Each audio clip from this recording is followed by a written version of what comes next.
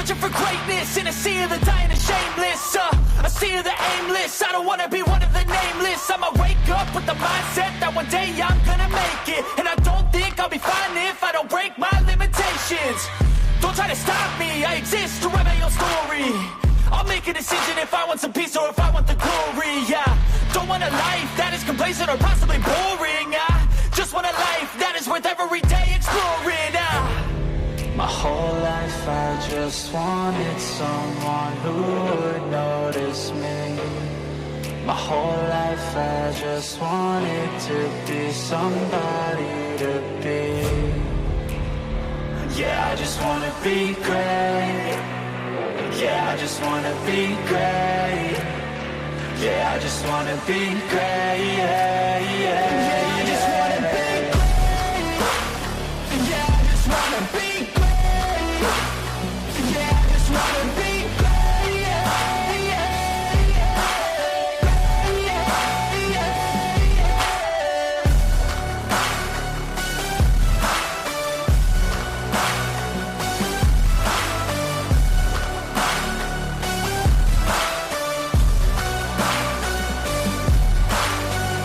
This is a statement to appreciate all that is vacant.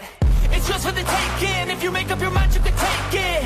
I'm never complacent. I would work in a mansion or basement. Yeah, there's no replacement for persistence. It's a patience. Yeah, in this life, I wanna be soaring, to feel sun inside when it's pouring. And I'll fight till anxiety is foreign. I'm so sick of my mind's extortion. My whole life I just wanted someone who would notice me. My whole life I just wanted to be somebody to be. Yeah, I just wanna be great.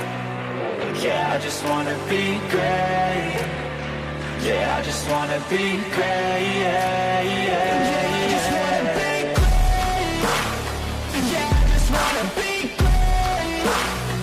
Yeah, I just wanna be great. Yeah, yeah,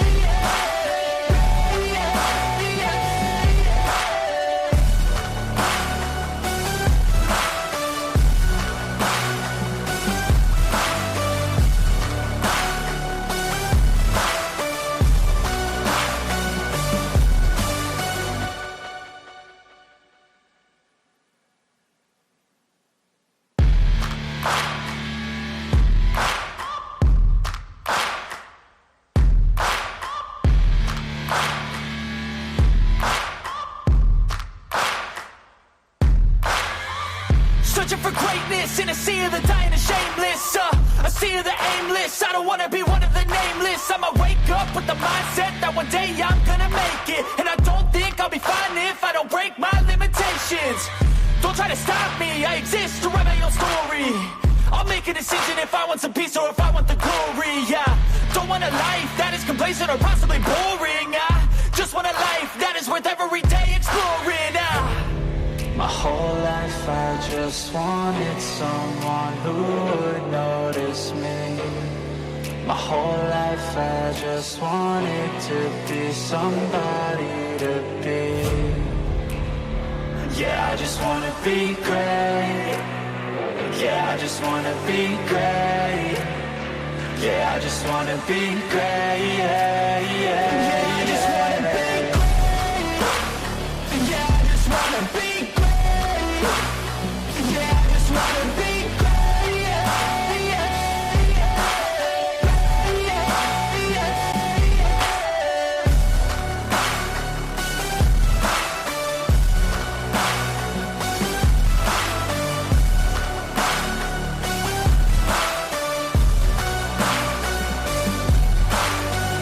This is a statement to appreciate all that is vacant. It's just for the taking. If you make up your mind, you can take it.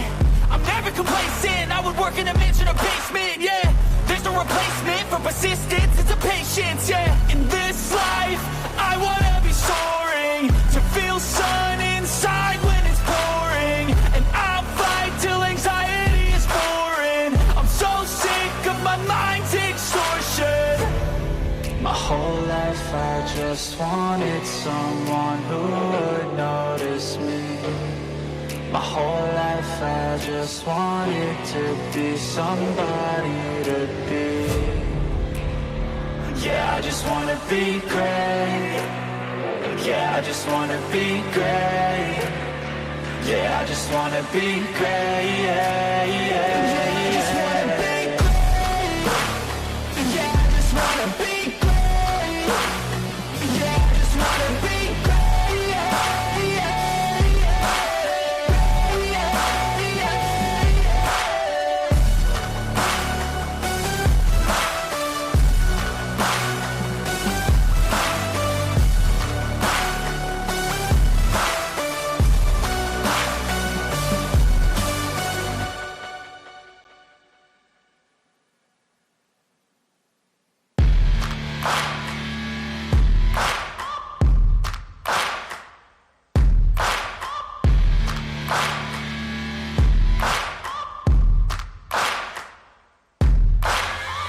Searching for greatness in a sea of the dying and shameless, a sea of the aimless. I don't wanna be one of the nameless. I'ma wake up with the mindset that one day I'm gonna make it. And I don't think I'll be fine if I don't break my limitations. Don't try to stop me, I exist to write my own story. I'll make a decision if I want some peace or if I want the glory. Yeah, don't want a life that is complacent or possibly boring. I just want a life that is worth every day exploring. My whole life I just wanted someone who would notice me. My whole life I just wanted to be somebody to be. Yeah, I just wanna be great. Yeah, I just wanna be great. Yeah, I just wanna be great. Yeah, yeah, yeah. I just wanna be great. Yeah, I just wanna be great.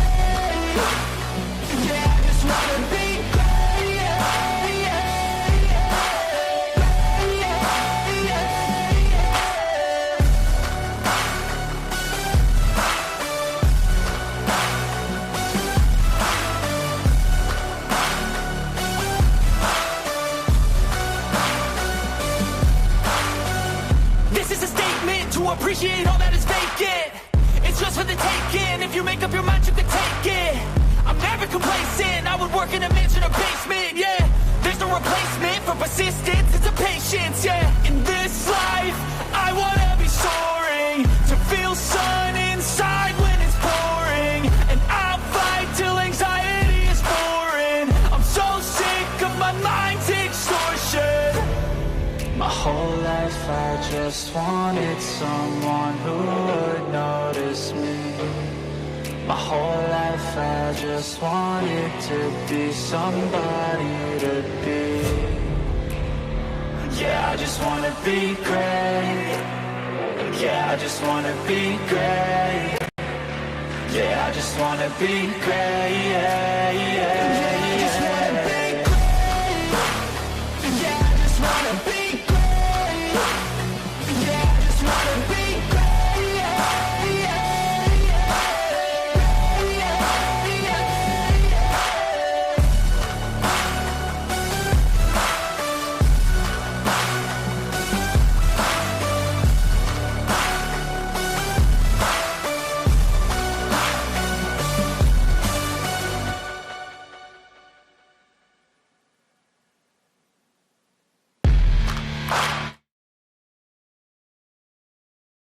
Life's a ride, so let's make it count. Cherish every moment, that's what it's about. Tune in, together we're building our groove. Every beat, every laugh, we're ready to move.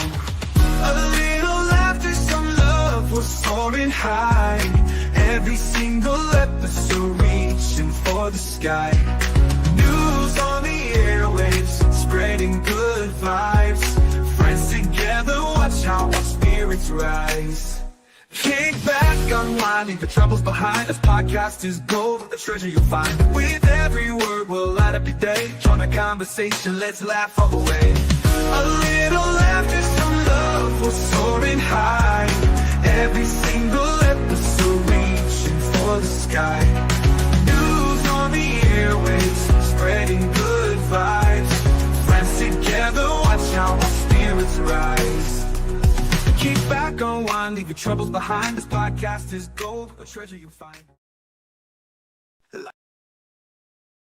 What up? And good morning, everybody. Happy day after the 4th of July. I hope you're all alive and doing well. Everybody had a safe and happy, enjoyable 4th of July, I hope. And today, we're moving on. Welcome back, guys. Great to see you. Thank you for joining us here at the cafe today. It's great to be back with y'all.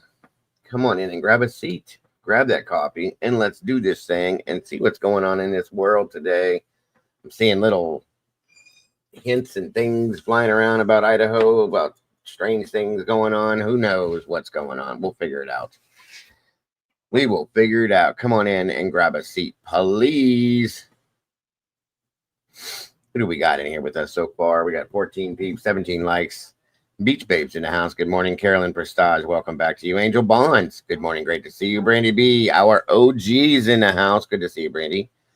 Paco Jewel 27, welcome back to you. Great to see you today. Mark Schumann, brother, good to have you back in the house. Teresa, hey. Great to see you. And of course, Dag Burn, Johnny Gobbles, Dead Floozy, Mama, and whoever else is out there watching that may not be in chat. God bless. We love you and appreciate you for joining us today. Thank you so very much. Come on in, guys, and grab a seat. Everybody check out our TikTok. Miss Brandy B works so hard on. Right there's a link to it. Go see what they got going on, if you will. She's always putting something cool in there. Please check it out. There's the link. Thank you, Brandy, for everything you do. Let me see. Show. Just want to make sure everything is good. Let me see. Check my mail real quick to make sure there's nothing here I'm not seeing. Excuse me. It's a good thing I don't drink no more, guys, because we wouldn't be having this conversation today, especially on the day after the 4th. Nope. Back in the day, no way.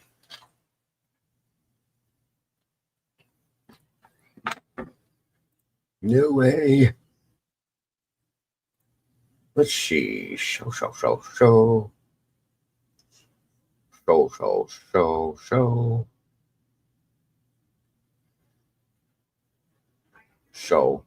Okay. Nothing new in the mail.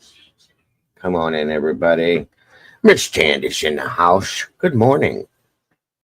Seahawks fan. Good to see you today. Thank you for joining us. No, I know. Right, Beach Babe? I don't miss them hangover guys. I used to get them bad hangovers, guys. Where is our tomboy at?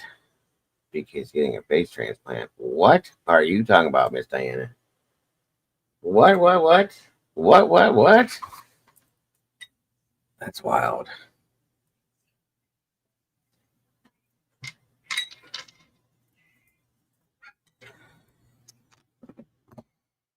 Oh, let me let my doggy in real quick. Come on in and grab a seat, guys. Get comfortable. I'll be right back.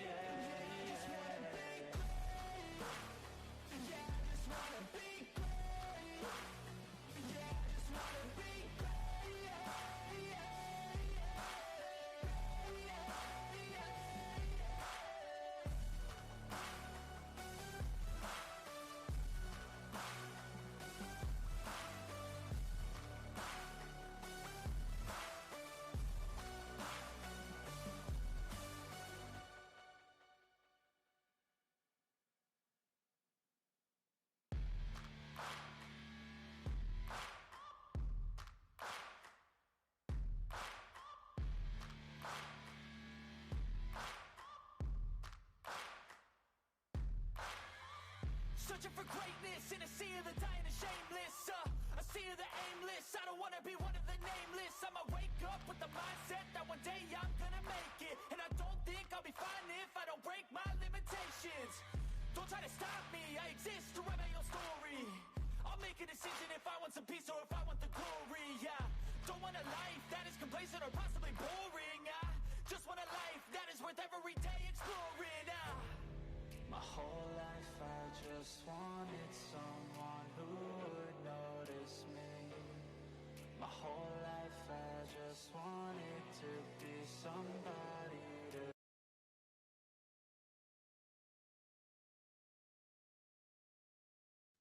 Right. Let my dog in. It's like somebody plowed over my neighbor's mailbox last night.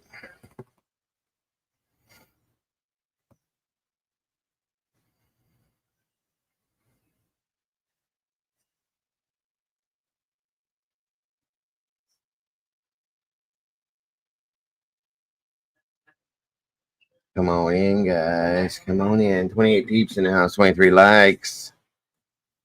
Good to see you guys.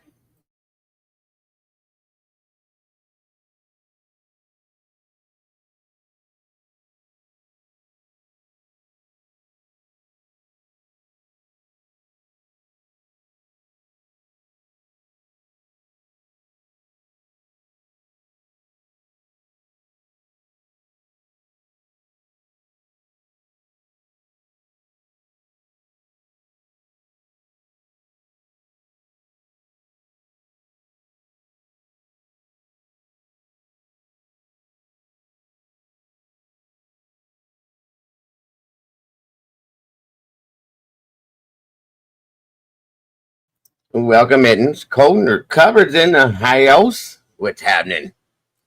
Good to see you, Colton Covered. I was hoping to get somebody else in here this morning that I haven't seen for a while. Maybe not today. Maybe not. Let's see here. Show.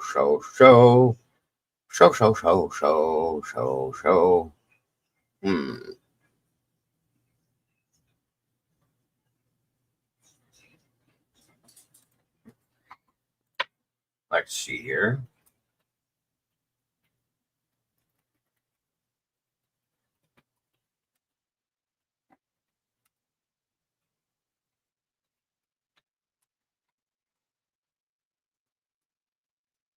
You put Milo out yet? Let's see.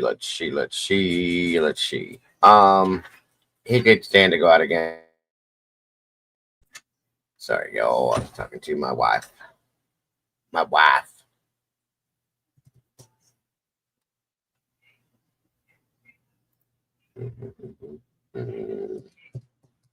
Hope everybody had a great 4th of July yesterday and enjoyed yourselves. My children come over and some of their friends, and they threw us a little shindig, which I thought was amazing, considering everything we just went through and stuff. It's very nice of them. They cooked and everything. I was like, wow. All we had to do was clean up the mess, which that's the part that I hate, but so be it. She said hello, Miss Dandy. Let's see here. Show. Thank you, Brandy. Guys, jump on in this sauce here and become a new meatball. Join the rest of us and help us spill this sauce every day that we do. Please, and thank ya, Brandy, for throwing that up there. And if you have an iPhone and you struggle with it, that's the link to do. Brian's processes. Oh, Brian has so many things that have been violated. That's a fact. They're going to have to void the plea. Why are you saying that there, Paco? What are you thinking? I've seen some other things around the internet world about that.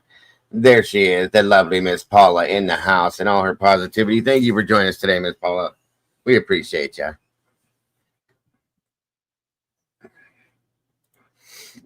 Go in, show.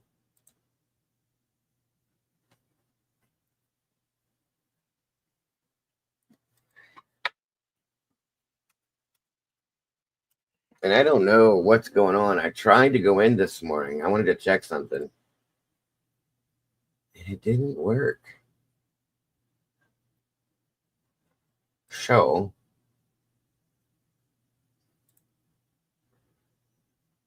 I don't know why, but I took the link that I've been using for the Idaho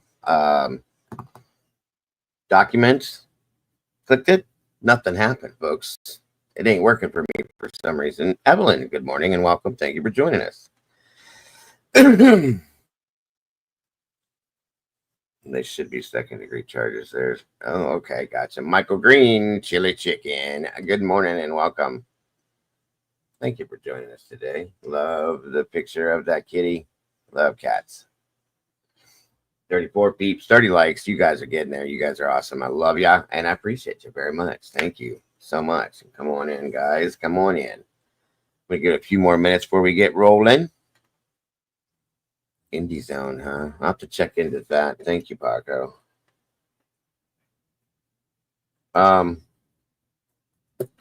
Cryptex in the house. Good to see you, brother. Thank you for joining us today.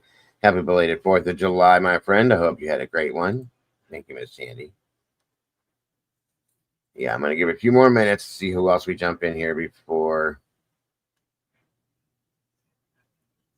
we jump into what's going on in the world. There's all sorts of stuff. There's Texas is having some drama. All sorts of things going on in different places. And then, of course, the regular stuff we look at. Alex, welcome. Yes, that's right.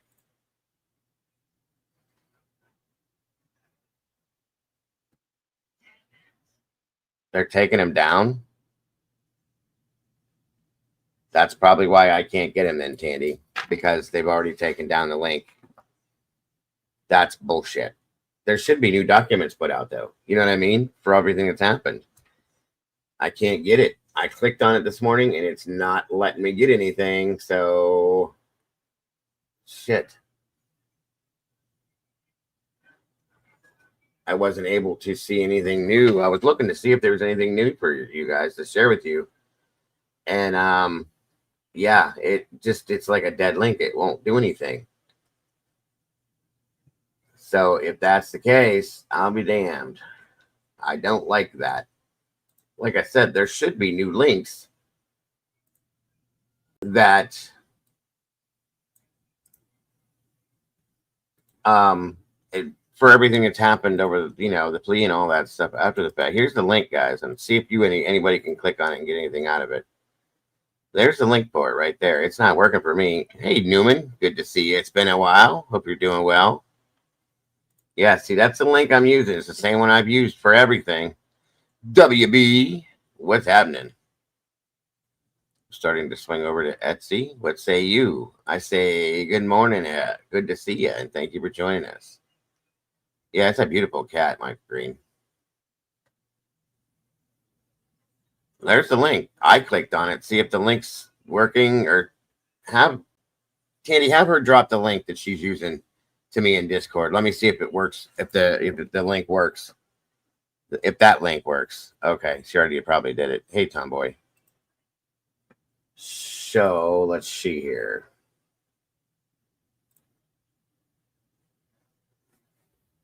What the hell is going on? It's not working for me. I'm clicking, nothing's happening. This is strange. Actually, none of the links in the Discord are opening up for me. Why is that? What is going on here? Has something been disabled? So it's not the link, it's the Discord. What is going on here? Yeah, nothing is working. What the hell? Ah, that worked. Okay. In the chat, it works, but I can't. It's my Discord. Something's wrong with the Discord. Miscellaneous written factual basis. Order of proof. So there's really nothing new. Okay. I just wanted to check, but something's wrong with the Discord. Okay. Thank you, Cold. I'm gonna have to figure it out. Maybe my Discord needs updated or restarted or something. I don't know. Clear your browser history. I thought I did that. Eve A22. Hey, good to see you. Thank you for joining us. Thank you for joining us. I think it's the person in the chair. Always so wonderful. All the wonderful things you say to me when I first come in here in the morning. You're so nice and sweet to me. So nice and sweet. So, let's see here. Let's see. Hold on a minute.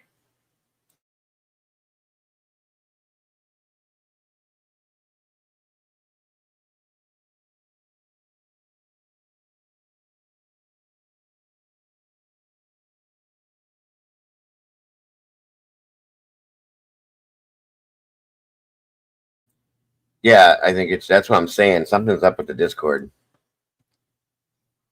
I don't know. That's weird. I've never had that happen before. I don't know if I need to update again or something, which I do regularly, but manum. Do do do do. Boo boo do do. Let's see. Picnic. What does that mean, Tomboy? I don't do very well with picnic. Yeah.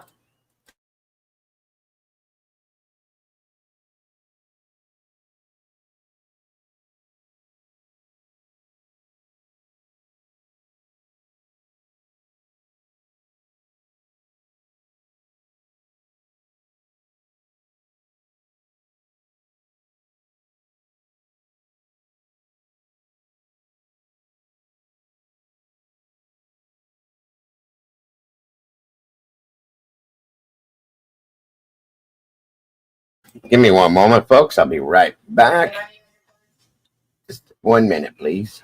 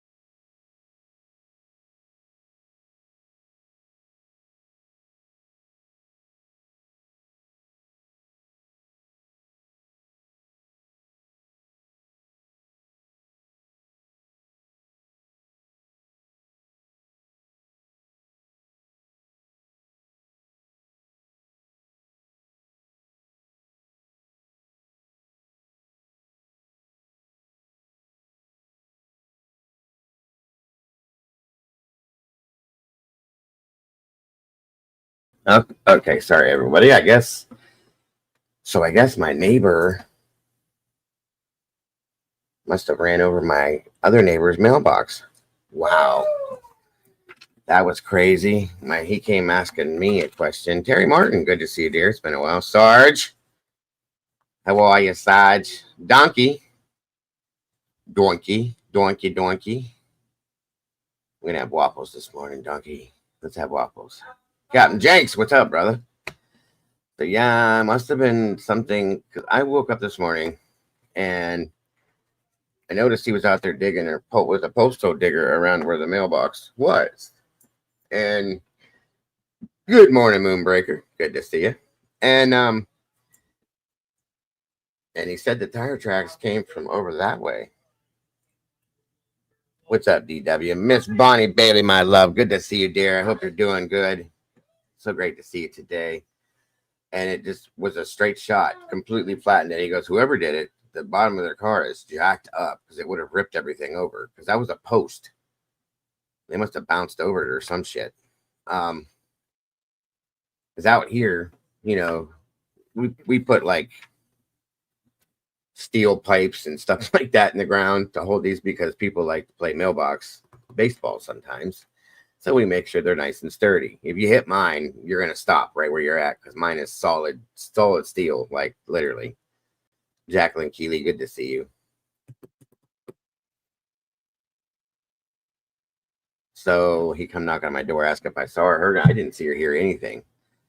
But it definitely flattened his mailbox like a pancake and busted the post off right in half. I think his was a 4x4, but yeah, exactly. Ours is concreted in. It's a steel pipe about that big around, concreted into the ground. So good to see you, Sarge. I hope you had a great 4th yesterday, sir. Everybody, I hope you all did. And I was like, no, I didn't hear a thing. I didn't see nothing either. So you ate pizza. I'm going to eat pizza on the day you're supposed to cook a steak, sir. I guess. And my kids, by the way, interesting. I never would have thought, but Aldi's, one of my kids went and got, it's called the Master Grill Set at Aldi's. And it's a box that comes with 2, what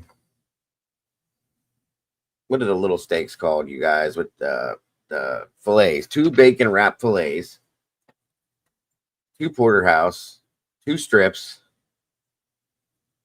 2 chicken breasts, 2 real thick cut, center cut pork chops, 4 hamburgers, and something else. And I guess it's $65 is what they said for this box. And I was like, damn, really? The steaks alone, I would imagine, would cost more than that. And they cooked it yesterday. My daughter did. She's the one who bought it. And I had a piece of one of the fillets, and they were actually really good. I was surprised. Aldi's never, ever had anything like that before here. And it comes in a nice little, neat little box. Everything is sealed in the plastic, vacuum sealed stuff. Yeah. Omaha steaks. Hamburger's the shit. Hamburg. It is a deal. That's why I said, Donkey. The steaks alone. 2 porterhouse, 2 strips, or 2 New York strips, and 2 fillets. That would have gone way beyond $65 in itself, right? So I was like, that's a deal. The bacon wrap fillets are really good. I mean, it's not enough meat for me because it's just, when you start eating that shit, you want the whole thing. That's why I usually have, if we eat steak, I usually do the strips or a porterhouse. Sarge is a T-bone fan. I'm not a big fan of those. Hot dogs, apple pie, and Chevrolet, uniquely American. There you go, Sarge. I had pretzel crunch covered pork chops at Cooper's. Oh, shit, that sounds good, Ginger. Never heard of that before. That sounds really good. Omaha steak burgers. Yeah, those are good, Cap. I've had them before. It is. I thought it was a really good deal. Like I said, anytime we've ever looked at steaks, if they're decent steaks, especially fillets, come on. Like them alone, 2 fillets would have cost probably $60 themselves. You know what I mean? What's up, Truth Seeker? Good to see you. We had carne asada, corn in a cup, and fun. Oh, shit. Oh, you went to the fair. We had a carnival down here. We don't go. It was just too many people. Plus, we just, that's a lot of money to be spending when you ain't really got much of it. So I prefer a good T-bone as well. See, I'm not a fan of the bone. I like it with no bones attached. I used to like T-bones back in the day, but porterhouse and strip, New York strips is typically where we go because there's not a whole lot of marbleization and you get not a ton of fat, T-bone and porterhouse main difference is the size. Yeah, yeah, absolutely, Sarge. And I'd be honest with you, I never tried one of the bacon wrapped fillets. That was good. Oh yeah, they got to be rare for me too. I cook mine a little less than medium rare. Mine still's got to be mooing a little bit. I like mine to moo. Ribeyes, those are good too, Bunny. Yes, the ribeyes are good. How about you, Terry? I hope you had a good 4th. Good to see you, neighbor. Man, I could die. I could kill somebody for a funnel cake. I love those and elephant ears. I'm telling you what, I ain't had none of that stuff in a long time. That would be good. Prior to walking into the 3-story house he intended on killing anyone that got in his way. Does that count? I don't know. I don't know. I don't know. There's going to be a lot of talk about that, guys, because there's some weird things going on with it now. Like I said, I'm mostly interested still in with what's going on with the state. Where's my phone? Hold on. Who that is? Oh, hold on, guys.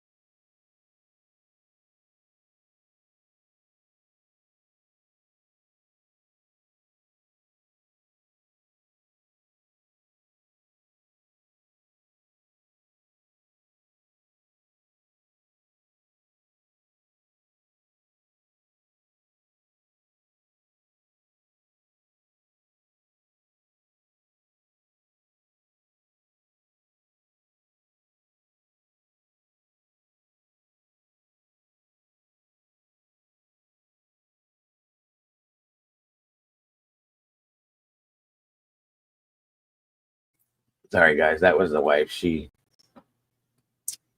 a little crazy in here today. Sorry. Trying to get things reorganized and stuff. So, oh, Jack Stacks. Never heard of that. Never heard of that. We got 51 peeps in the house, so I think we can get to things. The rolling first. Tony DeWong, welcome back, my friend. Good to see you, brother. Thank you for joining us.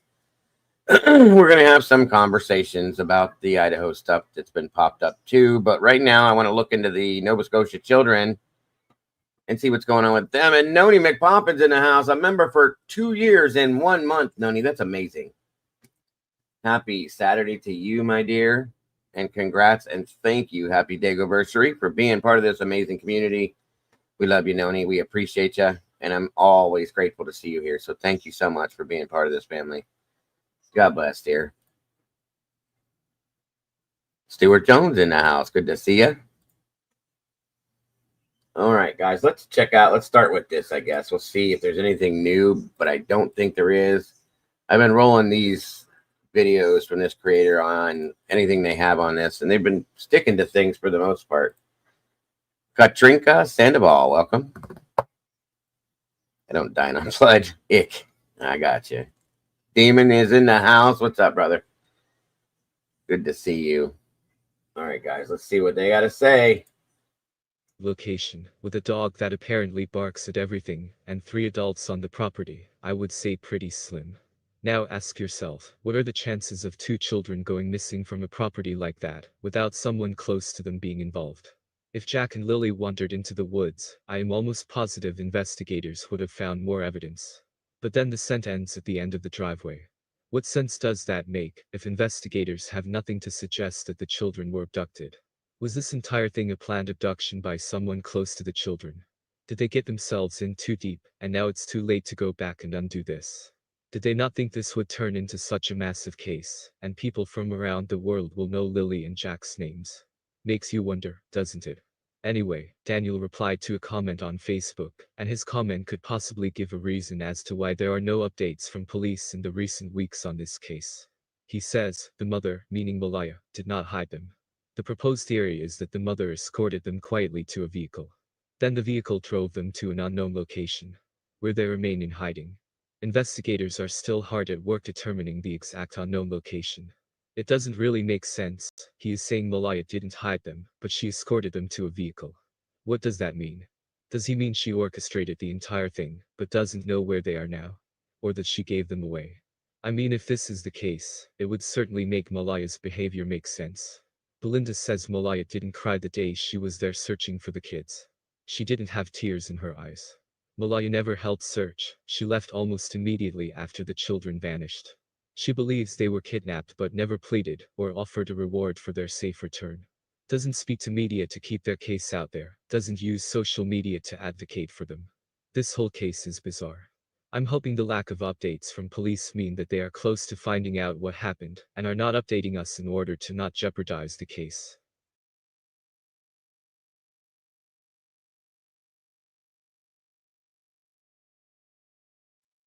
All right, so there's that one. And hang on here. See what else we got here.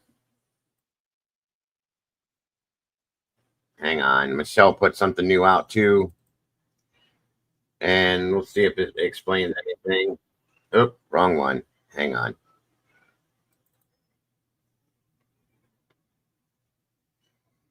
We may get an answer on this one, Cap, but still, yeah, there's nothing on Sebastian at this point yet. So, and that's sad. It's been way too long for Sebastian.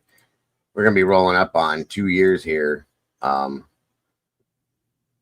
come February. You know what I mean? And it's just, that blows my mind.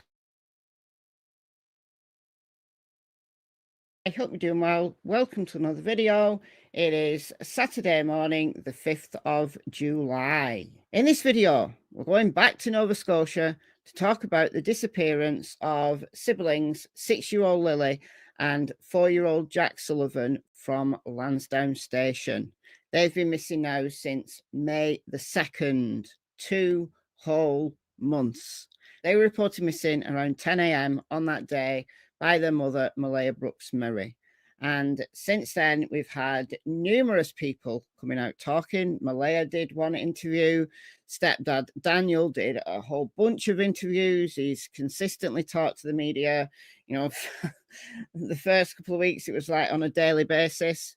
Also, we've had like more extended family members coming out. We've had Daniel's cousin, Logan. We've had the children's paternal grandmother, Belinda, who's done a few interviews now.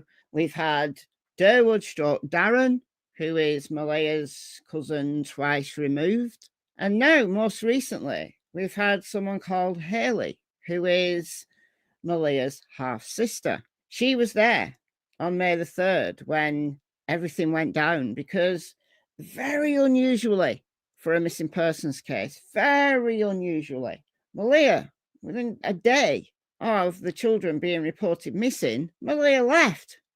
She went to go and live with her mother, took the baby. Now, the story that we've been given by multiple people is that the cops or the CPS, I'm not sure which entity, didn't want the baby that Malaya and Daniel share, 16, well, she was then 16-month-old, little girl called Meadow. They didn't want her staying at the property while all the searching and stuff was going down. That's what we've been told anyway.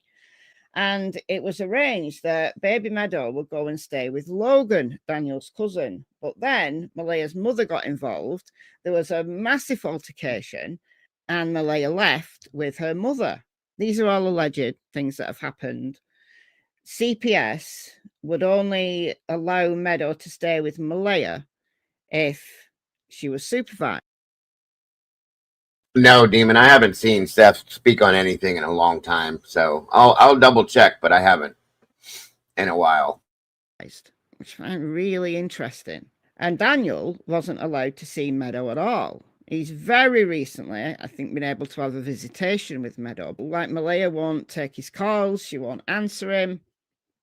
It's all very strange because literally days previous, she was on Facebook saying that she couldn't live without him.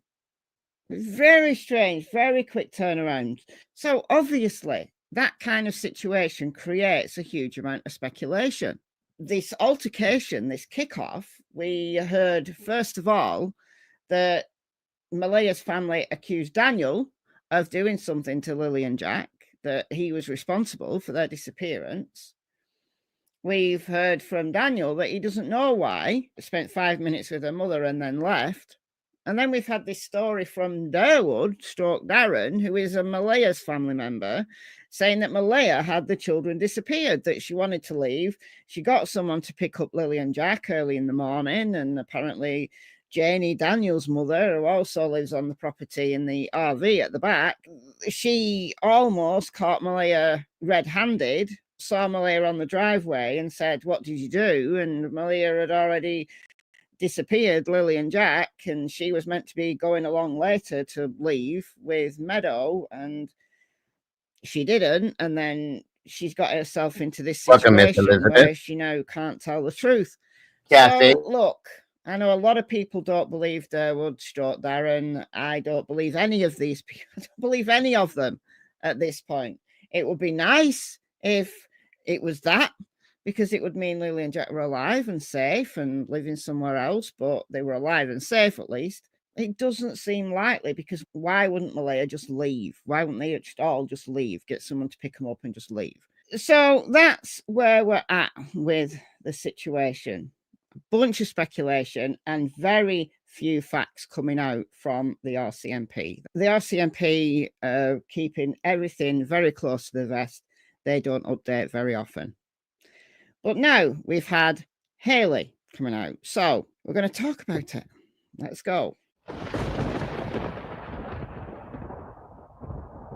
Yes, we have another new name now. Okay, before we get into what Haley said about the altercation on the 3rd of May, can I just remind you, if you're not yet subscribed, please do so.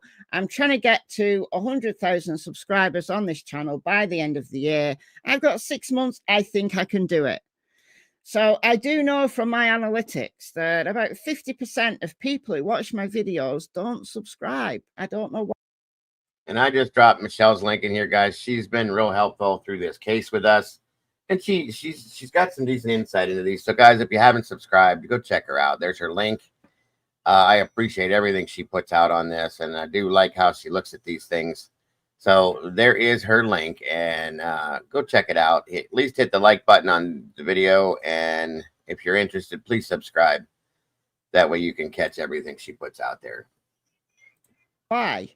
So if you watch my videos and you like my videos and you're not subscribed, please do so. It's as easy as this. All you have to do is click on the subscribe button, and that's it. That's it. That's all. Doesn't cost you anything. It takes a second of your time. I've just subscribed here to Hidden in the Fog because I'm going to play a little snippet from something that they've put on their channel. This is Malia's half-sister, Hayley. So this is 10 minutes. It's audio only. I assume this is from a TikTok video. So it doesn't say in the description box where this has come from. I assume it's a TikTok live stream. I don't use TikTok very often. It's a little bit of a, like the Wild Wild West to me is TikTok. So I'm assuming that this is where this information has come from. But I'm playing it from Hidden in the Fog. And Hayley was on here for about 10 minutes. So she talked about the blanket. She was there when the blanket was found. They took a photograph of the blanket, and Malia said, yes, thank you, Mike. Lily's blanket. It was a blanket. Yeah, guys, let her know. Say you popped in, you were in Dago's channel, and Dago said to pop on over and show some love, subscribe to her. She'll appreciate it very much. Very, very much. And as do I. It was ripped, that got put in the garbage, and then somehow, like a section of this blanket finds itself a mile or so down the road. It's near the natural gas pipeline where a child's boot print was found, and it wasn't there when the cops originally went through. It's all a bit strange. The whole blanket thing is a bit strange. I mean, Daniel originally came out and said that the blanket wasn't Lily's, but apparently now it was, and who knows whether that was planted, whether that found its way there like by growing legs, or the wind blew it. Right, look, I don't know. I don't know what to make of the blanket. The other thing she talked about was the fact that Malia should be able to have a normal life. Well, ultimately, yes. You can't live your life in perpetual limbo, except when you've got a missing family member. That's kind of how you live. I mean, yeah, you've got to live your life. You've got to do the things that you have to do to carry on living. But Jack and Lily have gone, oh, well, all right, I'm just going to carry on and live my life. And I'm not going to bother searching. I'm not going to bother doing publicity. I'm not going to bother with anything like that. I'm just going to live my life. Okay, it's very strange attitude to have. Anyhow, I want to talk about the altercation because there is something here that makes what happened with Meadow, in my opinion, make sense. Okay, let's go.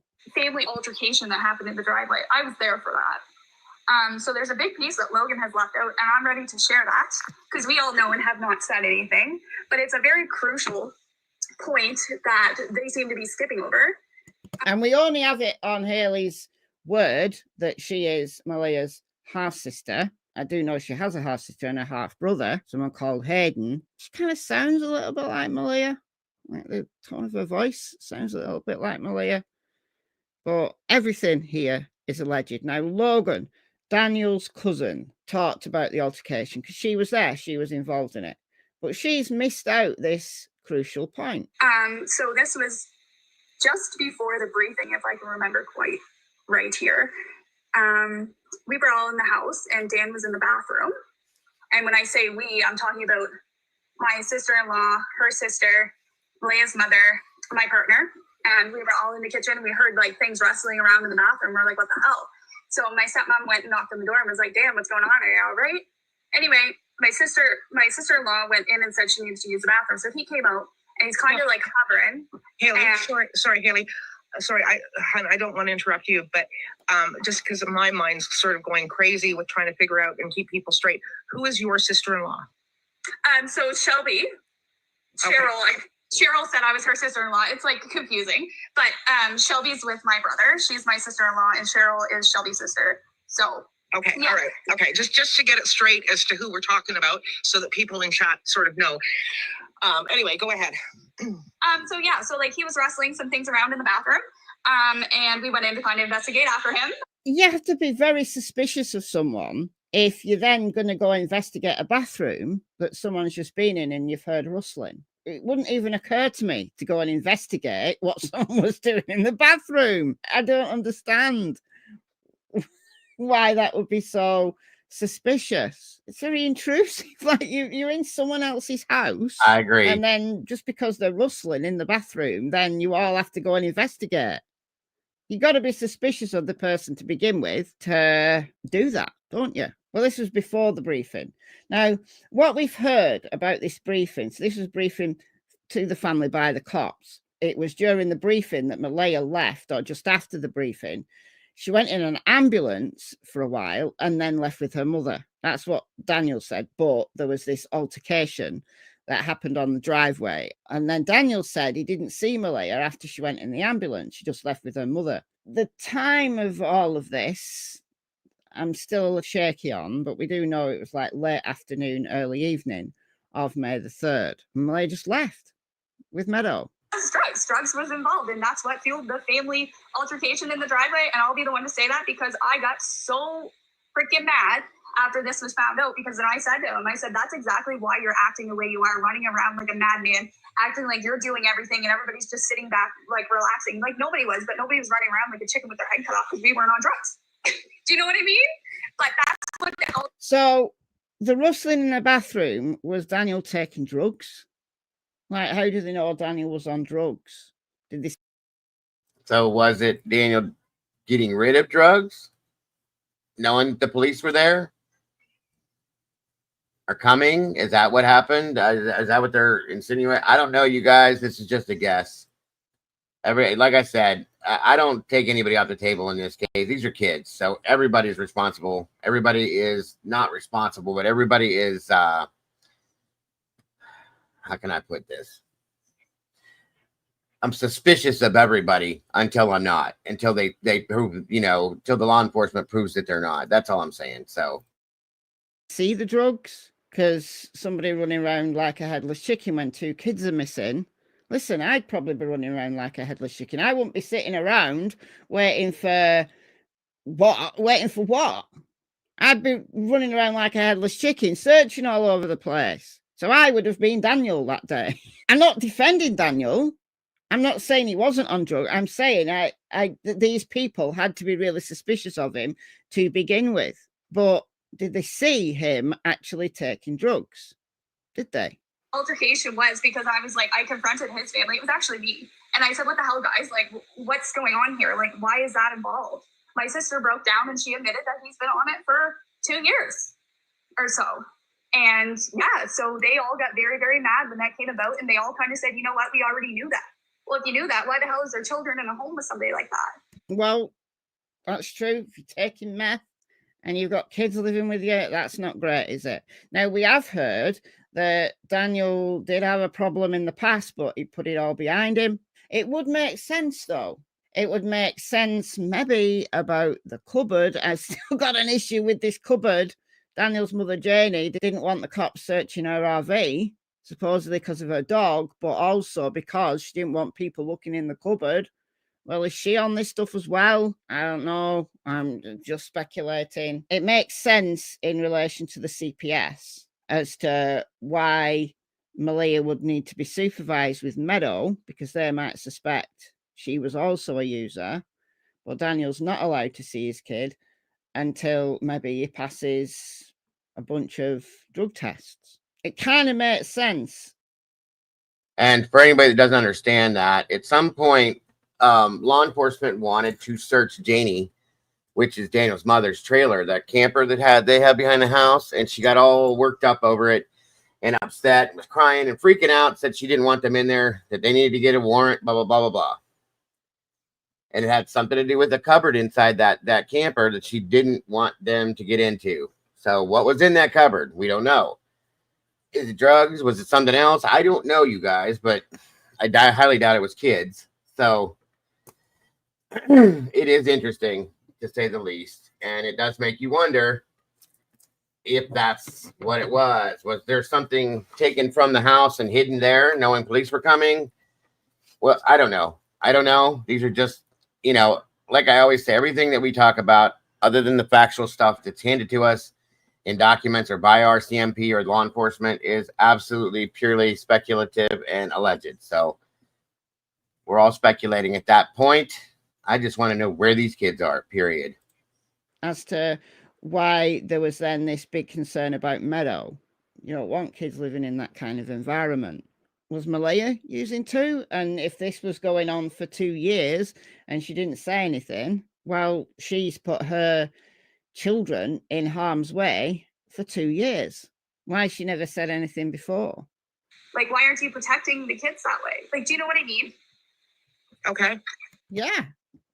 Why aren't you protecting the kids? Why are you living with someone who has got a big drug problem? So that was a big piece that Logan and whoever else, this Darren guy that is related to Malaya's side, I mean, he's just spewing a bunch of stuff that's not 100%.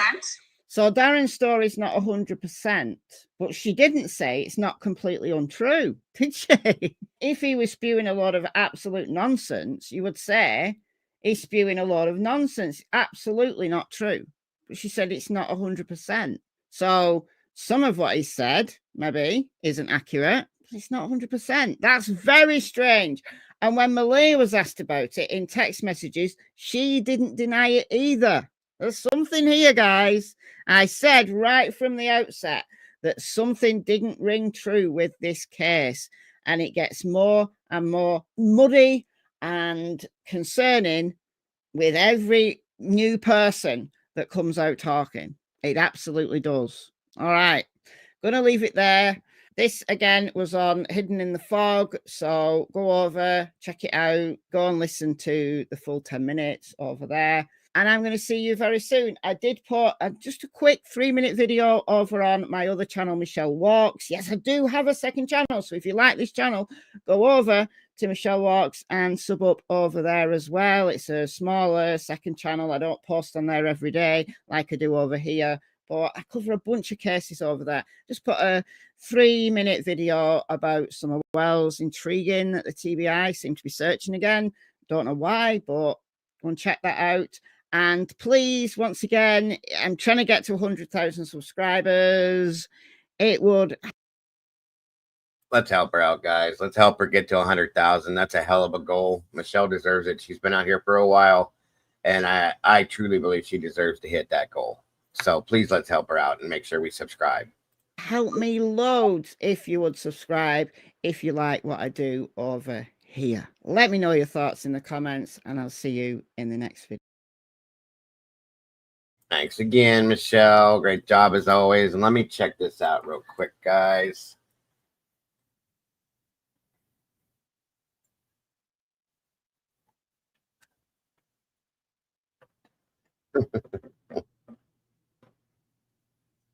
Let's see here.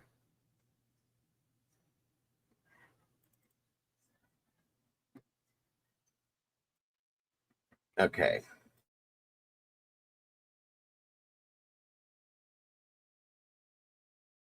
This other channel that Michelle was talking about, Hidden in the Fog. Here is the link for that channel that had the audio she's talking about here. And I'm going to go ahead and show you guys that full audio.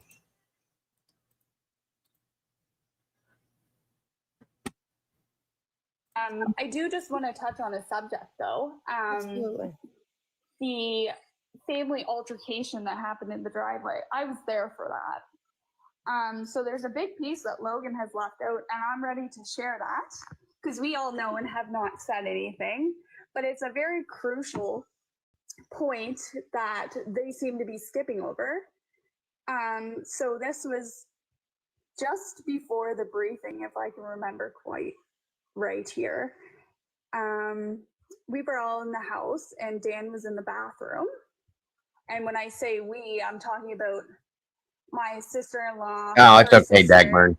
Leia's mother, my partner, and we were all in the kitchen, and we heard like things rustling around in the bathroom. We're like, what the hell? So my stepmom went and knocked on the door and was like, damn, what's going on? Are you all right? Anyway, my sister-in-law went in and said she needs to use the bathroom. So he came out, and he's kind of like hovering. Haley, and- sorry, Haley. Sorry, I don't want to interrupt you, but just because my mind's sort of going crazy with trying to figure out and keep people straight. Who is your sister-in-law? So Shelby, Okay. Cheryl said I was her sister-in-law. It's like confusing, but Shelby's with my brother. She's my sister-in-law, and Cheryl is Shelby's sister. So Okay, yeah. all right. Okay, just to get it straight as to who we're talking about so that people in chat sort of know. Anyway, go ahead. So like he was wrestling some things around in the bathroom. And we went in to kind of investigate after him. And there was drugs. Drugs was involved, and that's what fueled the family altercation in the driveway. And I'll be the one to say that because I got so freaking mad after this was found out, because then I said to him, I said, that's exactly why you're acting the way you are, running around like a madman, acting like you're doing everything and everybody's just sitting back, like relaxing.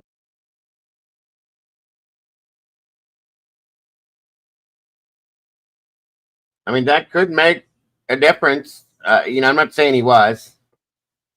It definitely could make a difference.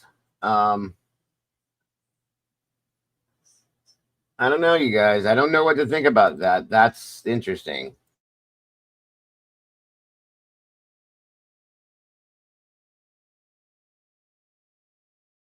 Right, so there was another interview done by that same channel, I believe. It's with one of Malaya's friends. Her name was Cheryl. Hold on here, guys. I wanted to share that too with you. About Malaya. Oh, there. Welcome, Cheryl. Oh, there. Hi, thanks. You're welcome. I just wanted to touch on a few things. I was actually there on Friday myself, and Okay, I so was... hold. Oh, yes. Sorry. You were where on Friday, and which Friday, and where are you from? It was May 2nd. I live in Truro. I'm good friends with Malaya. I just wanted to kind of touch on a few things that you said. So we were the ones that actually found the blanket, and as far as I knew, the blanket was on the railing, not in the garbage. And Malaya didn't leave Saturday morning. It was Saturday evening because an altercation had broken out, and Daniel's mother actually tried to attack me. So it was well after supper Saturday when she actually left the premises.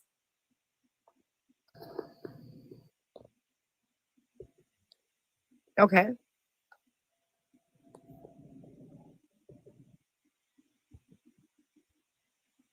Is that, sorry, is that? I didn't know if I muted myself or not. I don't know how these things work. Yeah, so I just wanted to. Okay, so hold on a minute. Hold on. Yeah. Logan McKenzie is here. Yeah. Logan, would you mind coming up in the chat? I can drop down for her, Susan. No, I have lots of room. Okay, I'm going to have Logan come up because I do know Logan very well. Well, not very well personally, but she's been on the live. I absolutely know her. And I mean, absolutely zero offense to you, Cheryl, but I don't know you. But I do know Logan. Logan that over that weekend. I think I met her Saturday, maybe. I can't quite remember exactly who she is, but I do remember meeting her. Okay, so Logan is going, there we go. Thank you, Logan, for coming up. And let me just say this. I'm gonna just, I need to warn people of this. We have 142 people in the room. Be aware that we are on the internet. We are, and we've got 143 people in the room. There will be twice that watching who are not in the channel. Anybody can be screen recording this and what you say. and it can go on the internet anywhere. So I just want to put it out there and just give a warning before you say stuff. Just make sure that what you say is, you know. Hey, Logan, how are you? Not too bad. And Logan knows this firsthand, don't you, Logan? Yes. My name is dragged all over the internet now. Yeah. Logan was on my live weeks ago and for quite a while. And it was very, very unfortunate. Somebody screen recorded the entire thing and then splice and dice the entire thing, taking out pieces, not putting in pieces correctly, because Logan actually gave an enormous amount of support to Malaya. And of course that was all removed. So I just want people to be aware that this can happen. So thanks for joining us. So anyway, carry on. Cheryl, I don't know, what were you saying? That was just. Oh my God, Alicia, so late. I'm just kidding. Thank you for joining us, dear. I appreciate you. Hope you had a good 4th yesterday. Thank you for being here. I appreciate you very much. So we got a couple, 2, 3 of our mods in here. You guys are awesome. Thank you for joining us today. That we left Saturday evening, not after the break. Ew. Yeah, it's hot. It is hot. Well, good. You need a little break then. You can sit here and take a little break with us. Briefing. After the briefing on land censorship. No, it was after the altercation. You left, but Malaya didn't. We all left. Malaya No. left with her mother. I left. My sister left. My sister-in-law left. We all left at the same time. Yes, but the altercation was before the briefing, honey. And then there was one after because your mother was involved in that one. Yes, and that's when we were saying about the car. And then I don't know who came back looking for the cell phone, and we were trying to get Malaya's grandmother to leave the house. Yes. Yes. But Malaya left right after the briefing. You guys didn't. Malaya left right from the briefing. 5 minutes before us, yeah. Yeah, right after the briefing, up at the briefing. She never came back to the house. No. You guys it wasn't Saturday morning that she had. No, it was Saturday afternoon after the briefing. It was Saturday evening. I think around supper time-ish. Yeah, after the briefing at 4 o'clock. Yeah. But yeah, no. And the blanket was in the garbage. The cops even went and found the other half in there. Yeah, as far as I knew, the blanket was on the railing. Yeah, no, the cops came and collected the other piece. After the other piece was grabbed from the trees. Yes, where we found it. I'm still trying to place who you are, but that's okay. There's so many people. So no, go ahead, Cheryl. Just identify. Like, how do you know Malaya? You said you were good friends with Malaya? Yeah, I don't really want to touch on that kind of stuff. Kind of just respecting her privacy right now, but I just kind of picked up on a couple of things that you had said, and I wanted to clarify that she most certainly didn't leave Saturday morning. It was Saturday into the evening after the briefing. Yeah, Susan probably misspoke because I said that in our No, first. that's okay. That's okay. Where we said where she left because I put the baby in the car for her and her mother drove off. But you guys were supposed to come back for Malaya's car and you guys didn't. Nobody took Malaya's car and it got repoed by the the search and rescue guy got it towed back to wherever Malaya was. So you guys, I thought her stepsister or whatever was supposed to take the car. That was after the whole altercation because they were trying to get Malaya's grandmother out of the house because she didn't want to leave. I don't know. That's not really relevant to anything I was talking with Susan about. I'm not touching on the vehicle. No, that's fine. I just wanted to make sure that you guys knew that Malaya did not come back to the house. She left right from the briefing. You left. Yes, absolutely. I was I was with her. I just want to say, Cheryl, it really seems that you're sharing conflicting information between Logan and you. Like, it sounds like, I don't want to sound rude, but like you're saying false things a little bit. And like what? Well, you said about you were like coming in here to correct people about the blanket. Yes. And because it was on the railing, that's what I was told. But if you were Whether there, it was on the railing the garbage or in the garbage, it doesn't really hold matter. on. We need people to just speak one at a time so that everybody in the chat can hear. Sorry, Susan. No, that's okay. It's just, it gets really confusing for people that are trying to listen to what's going on. So, DJ is making the point, Cheryl, that, and I don't want anybody accusing anyone on the panel. I'm not. Yeah. No, I know you aren't, but I'm just gonna. It's something that I noticed. Sorry to interrupt, but. So, yeah. So she's just simply saying that you have come up on the panel to clarify some things that had been said. Yes. And one of those things was that I had said that the blanket had been put in the garbage by Daniel, and that I had gotten that from Logan and Mackenzie. Logan is here. She verifies that. Mm-hmm. You had said no, the blanket was on the railing. Now you're saying you thought it was on the railing. Is that correct? No, I was told it was on the railing. Okay. So are we okay in agreeing that the blanket was put in the garbage? I really don't know. I don't think it matters. All I know is the blanket was found in the trees up on the road. Half of the blanket was, correct? Yes. Yeah. Right. Yeah. So it does matter. I wouldn't even call it half. Just a piece of it.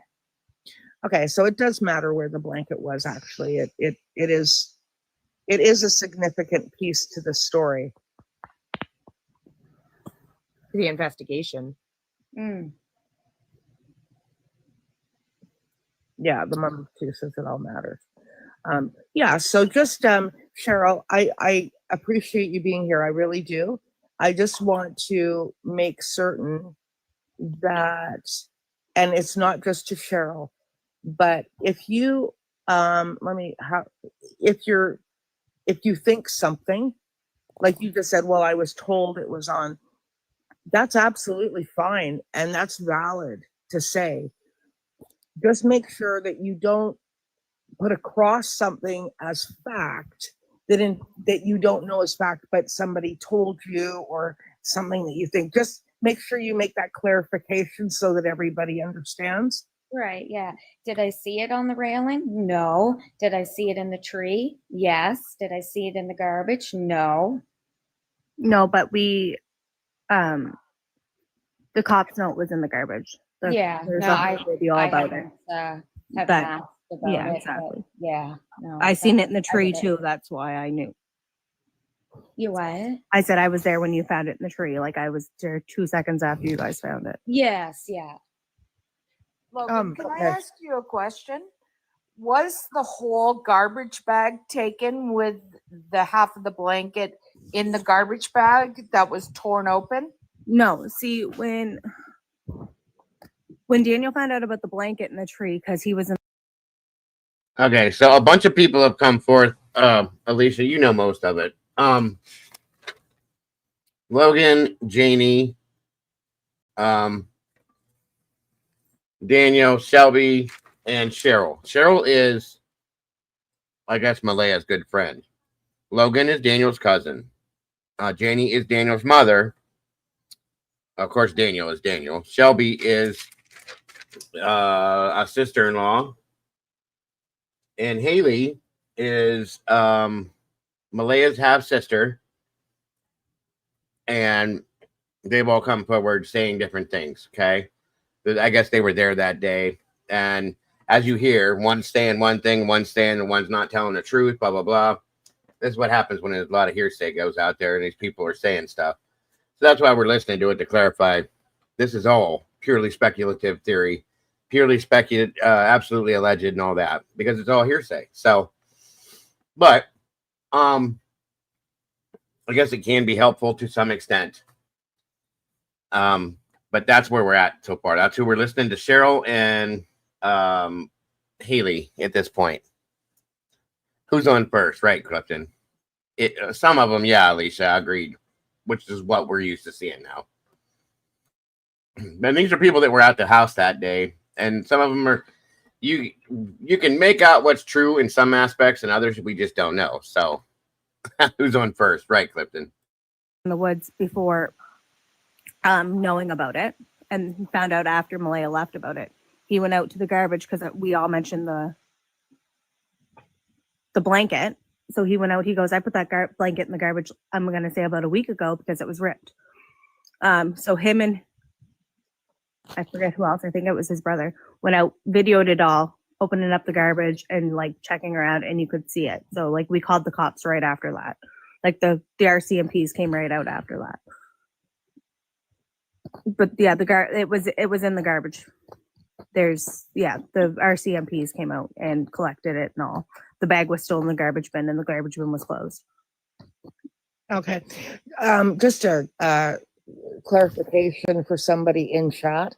Logan Ann McKenzie is Daniel's first cousin, is very close to the family and lives, relatively close by. She has been on our chat previously. Cheryl, Christina, it's the first time she's been on my chat, and I welcome her. And she was, from what she says, she was there at the time of the search, and she is affiliated in some way or a friend or something to Malaya. Is that correct, Cheryl? Yes.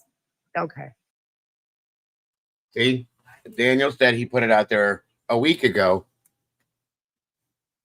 and this was on Friday morning. So yeah, like they said, or Alicia said, that garbage was supposed to have been picked up Monday. So that's not truthful, I'm guessing.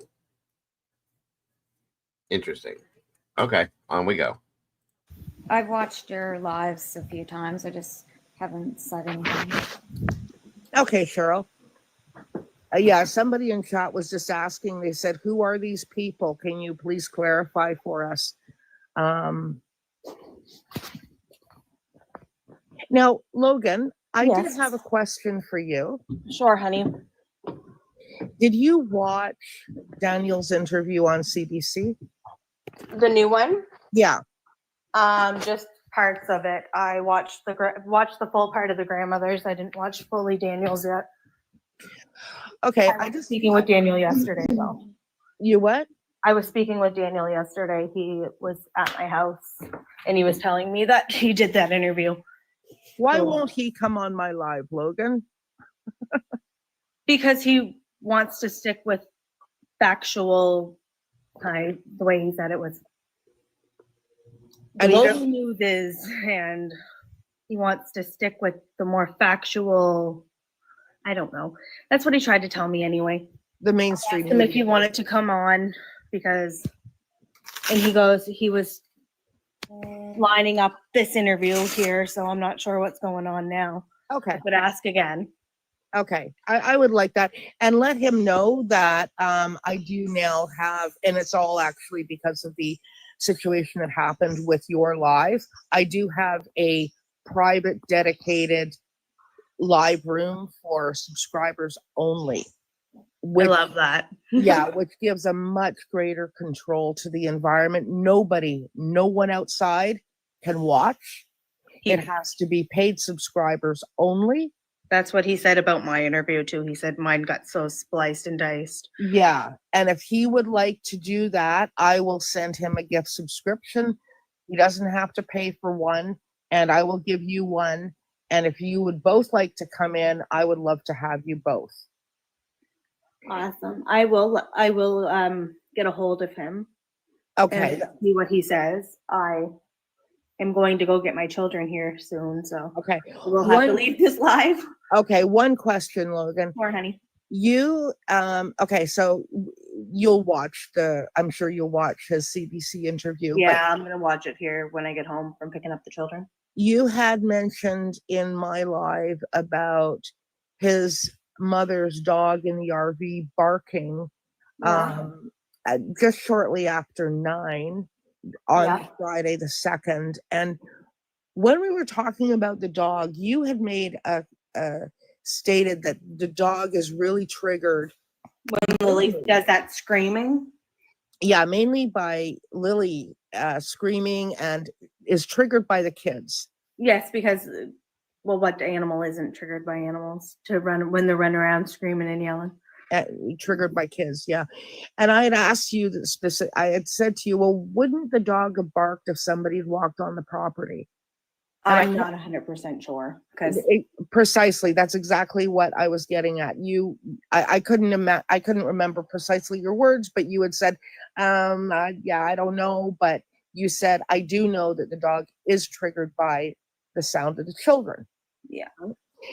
Okay, and the only reason I raised this is that Daniel said in the CBC interview that he just recently did that. Or the CBC had stated that the dog barks at everything.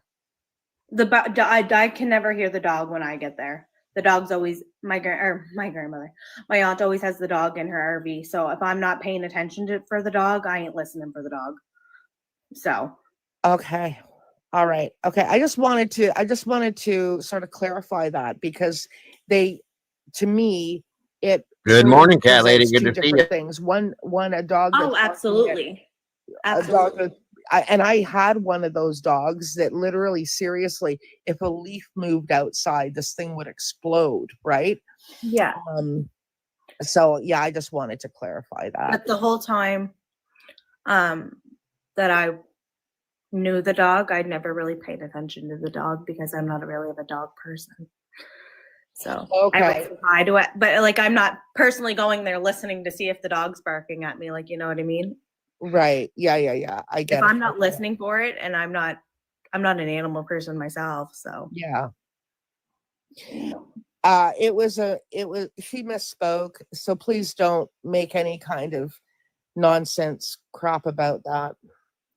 You had said my grandmother.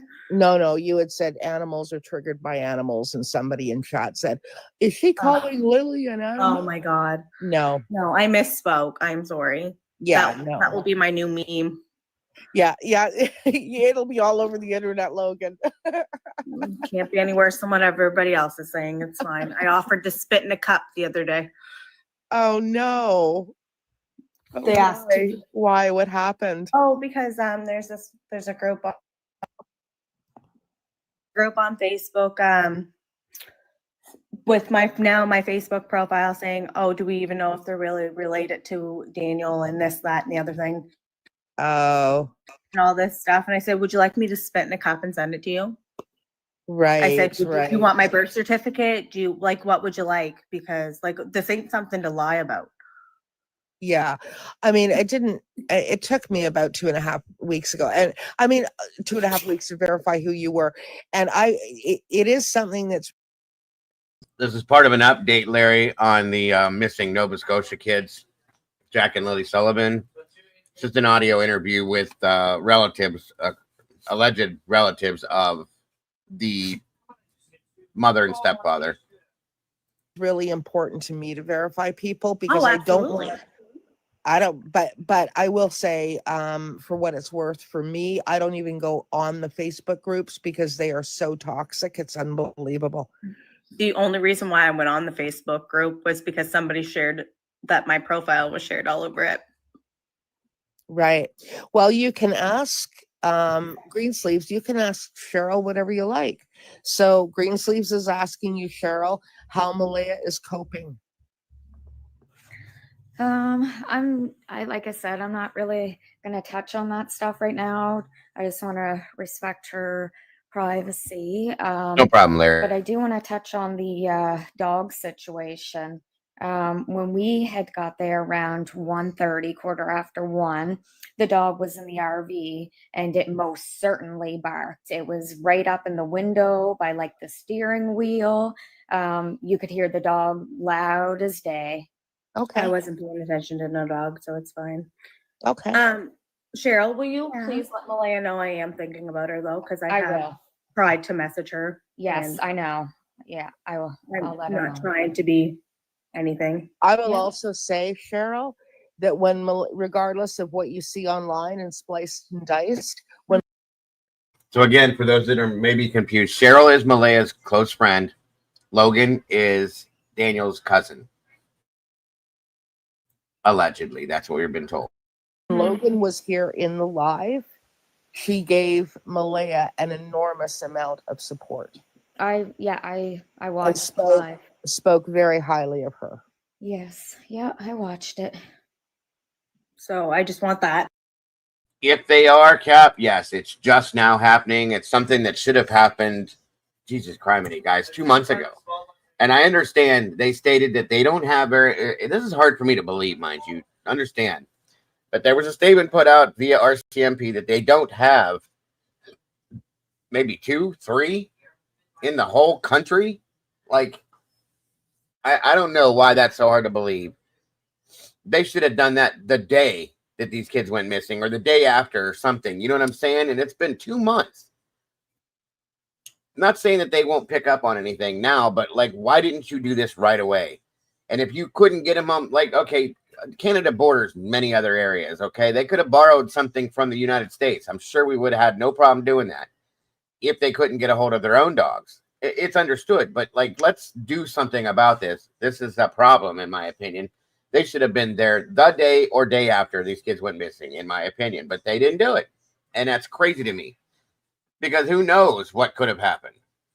SRB, good to see you, dear. It's strange. It's very strange. I agree with you, Cap. The fresher the scent. Yes, that's the point. And what if somebody moved? Like, okay, I'm not saying this is a fact, guys. This is just like, you know, a thought. But what if they were somewhere and they were moved? I mean, will they pick up a smell? Sure, but they won't be there at that point. Is it only one dog, Cat Lady? See?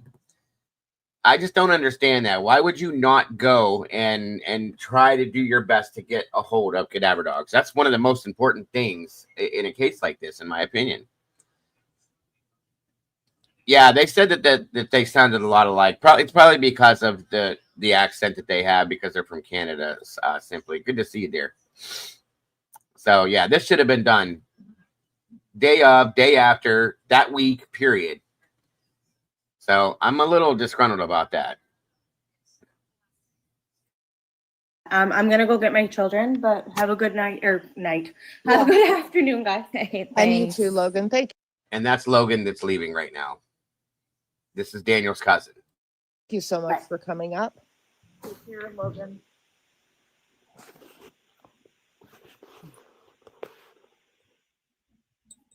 So, Andy, the blanket, as I understand it, Andy's asking if the blanket was special to Lily. The blanket had actually been ripped and had been used to cover a window. You know, prior to it being put in the garbage. I also do have to run, Susan, but I want to thank you for letting me join and clearing a couple things up, although I'm not No, this is Cheryl. This is Malaya's friend that you hear speaking right now. really able to say a whole lot right now, just given, you know, the circumstances and the situation. And you know, let's be honest, nobody really knows what happens. So I don't want to blame anybody. I don't want to say something that's not true. I don't want to say something that may jeopardize anything. But I did want to touch on things that I knew or, you know, heard. And that's yeah, I appreciate you coming up, absolutely. And I do extend the same offer to Malaya. I mean, I'm not sort of jumping on it because I highly doubt Malaya will speak to me. She hasn't spoken to anybody. I agree, Clifton. But I extend the same thing to Malaya and yourself. If you and her would like to come onto a sub-only private live, I will present, you know, I will cover the subscription cost for you. Thank you. And it is a much controlled setting. It is subscription access only. So nobody from outside can be sitting there watching. And so you could, you know, because I can guarantee you there is some little weasel screen recording all of this, and they will splice and dice it and throw it out all over the internet within probably a half an hour. And it's, you know, and where it actually first originally was seen was posted under anonymous on that Facebook group. This is why I will have nothing to do with the Facebook groups. You post anything anonymous, it, you know, it just speaks volumes about you know, who you are and what you are. But anyway, I really appreciate you coming up. And I thank you for your time. And like I said, you can extend the same invitation. Okay, so that interview was done via Hidden in the Fog, and I thank you for that. There's the link there. Let's see here. One moment.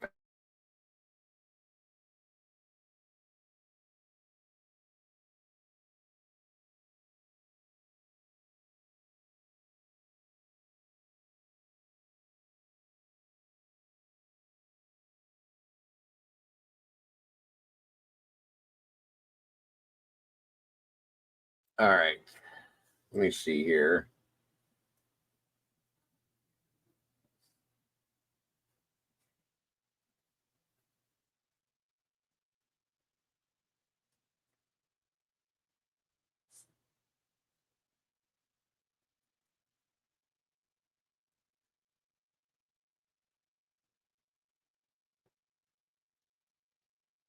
All right, so there is nothing else besides that stuff really on this.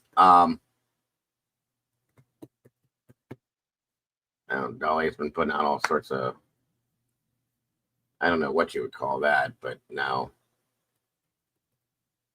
And these AI channels aren't doing very well with it either, unfortunately. So, wait here. Yeah, that's it. RCMP's not got anything new posted. All right, so one moment here.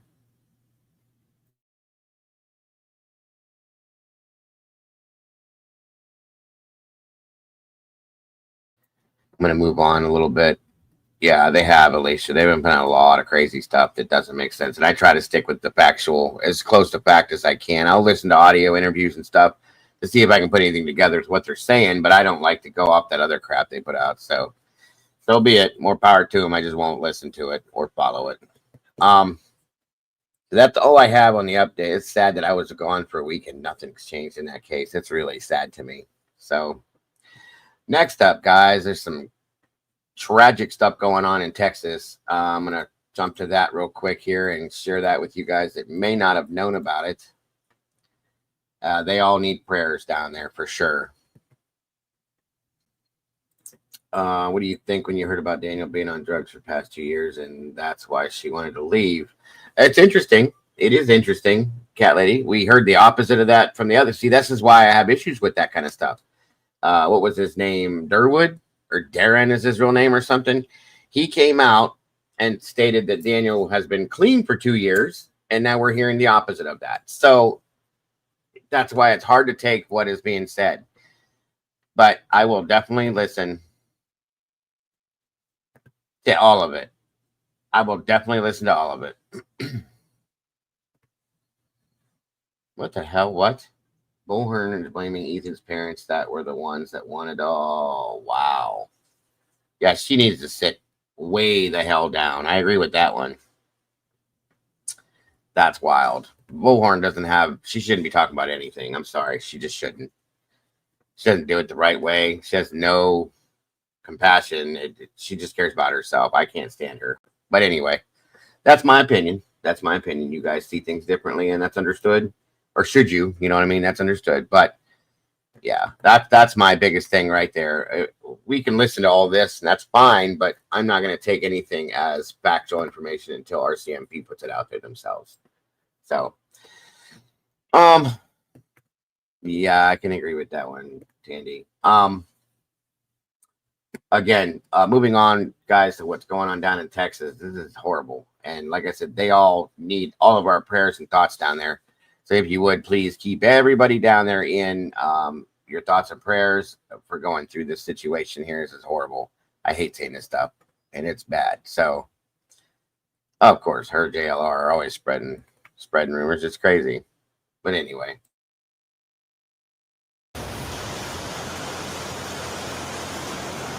Look at this mess, guys. This is sad.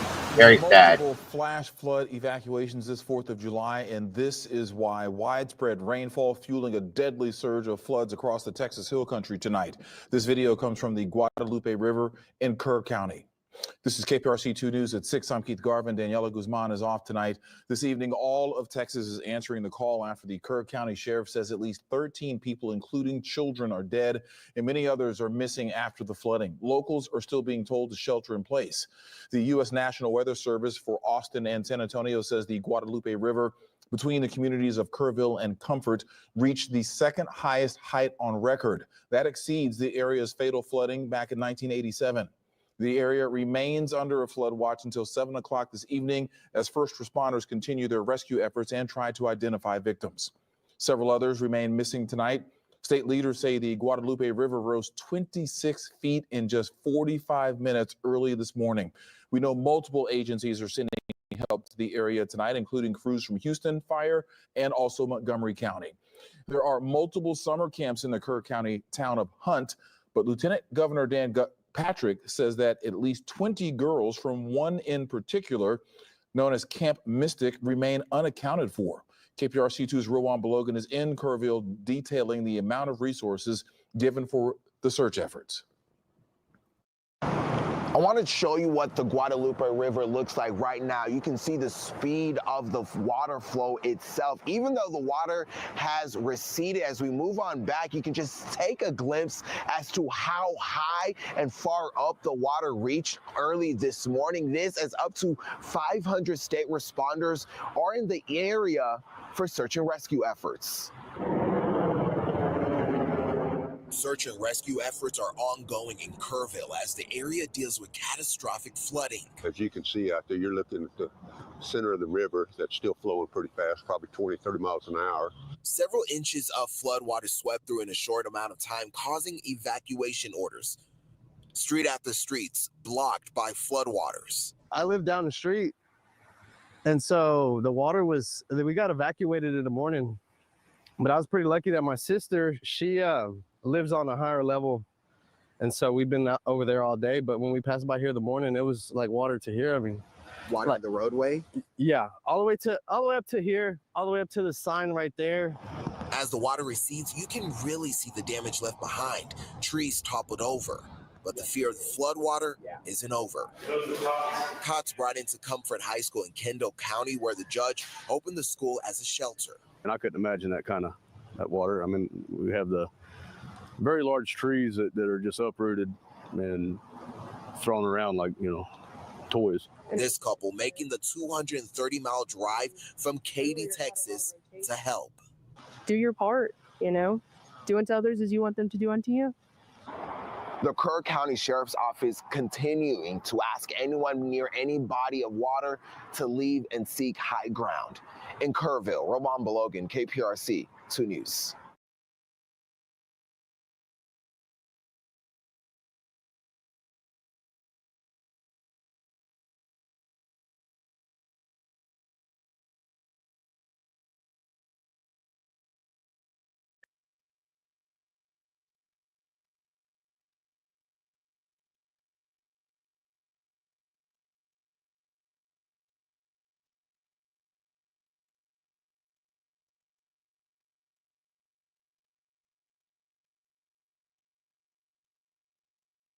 debris in the river, massive amounts of debris in the river. There's some pictures of cars and some off-road vehicles, but the damage is most intensive in the Ingram Hunt areas, which is, I think you're looking at a shot maybe from Hunt there, and the water crossings are just torn up, and you know, you've got areas that just were hit so hard and so fast, especially upstream, where the river sort of we're at the headwaters of the Guadalupe River, and there's two forks. There's the North Fork and the South Fork, and the water, the storm basically just parked over those two forks and just created a gigantic mess here in Kerrville, in Kerr County.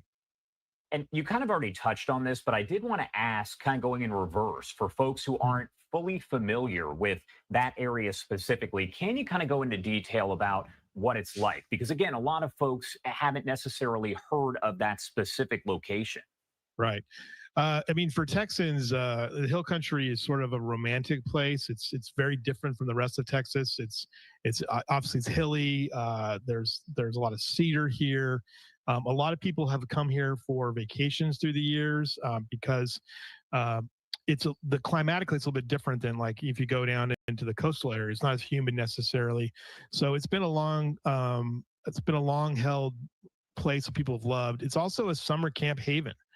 And it's been that way for decades. And the summer camps and the camp culture here goes all the way back into, you know, the turn of the century, essentially. And so many of these camps are historic and have had multi-generational children. You know, they've gone through these camps year after year. So that's what the draw of it is. And it's very beautiful here, and the river is a huge draw for many, many people. And then, of course, you forget how dangerous the river is. And on that same note, is flooding like this even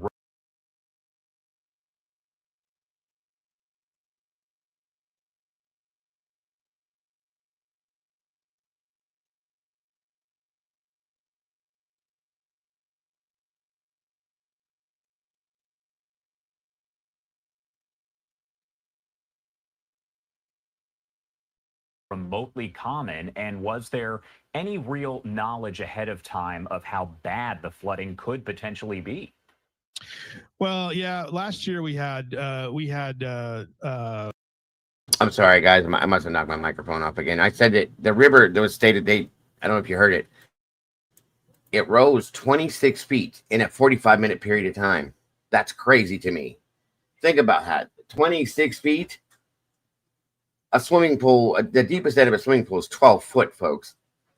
So 20, double that, and then some in a 45-minute period, not even a full hour. That's nuts. That is nuts. So that's dangerous as hell, especially as fast as it's moving. That's why this is doing so much damage, and all these people that are affected by this. This is insane to me. Very insane. Flooding here in July of last year as well. That was pretty significant. But it was isolated to one area in western Kerr County, and it did create some problems and some damage. It has been known there's been previous floods in the 70s and the 80s and the 30s that have matched this. It is, Michael. But, it is. You know, I went to bed Friday or Thursday night around 11 o'clock, and I was checking the radar and looking at the National Weather Service. The forecast that I wrote for my morning newsletter was, hey, there's a chance of rain. And I think between 3 and 4 o'clock in the morning, it just dumped, and it rained so hard. I got a note from the Upper Guadalupe River Authority, which is an agency here in Kerrville that monitors the river and the river's health. And the gauge that was in Hunt. Not really. I'm up on me flooding would be very rare, but I know what you're saying, and we probably should. But no, we don't. Probably a good idea, though. Cat lady. Probably a really good idea. Something I may bring up to my wife. Very good point. Was broken by the flow. We're talking about 145,000 cubic feet of water coming over every second, which means that's like 140,000 basketballs going by a second, if you think about it. That's how much water was going through that. You did mention that it's kind of a summer camp haven. We did learn from officials there that somewhere between 23 and 25 girls at this Christian summer camp are considered, quote unquote, unaccounted for as of right now. Do we have any sort of update on that situation, as we did see those images coming in yesterday of some of the children being rescued from different summer camps, I believe 2 of them in that location? I got a difficult one this morning. You're going to get a little breaking news from me this morning from the mother of one of the children that died.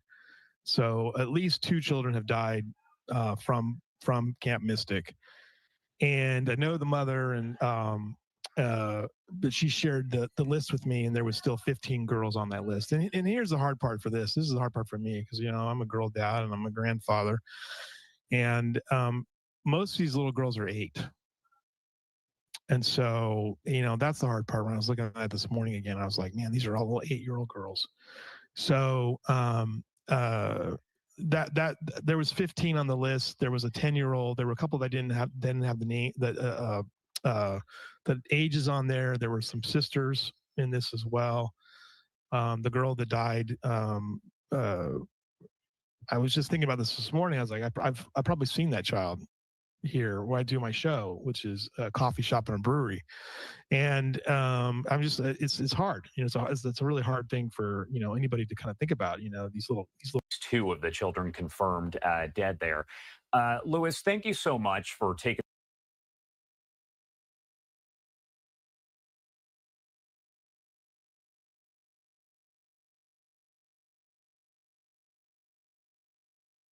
Okay, hang on, guys. I was trying to get to another part of this here.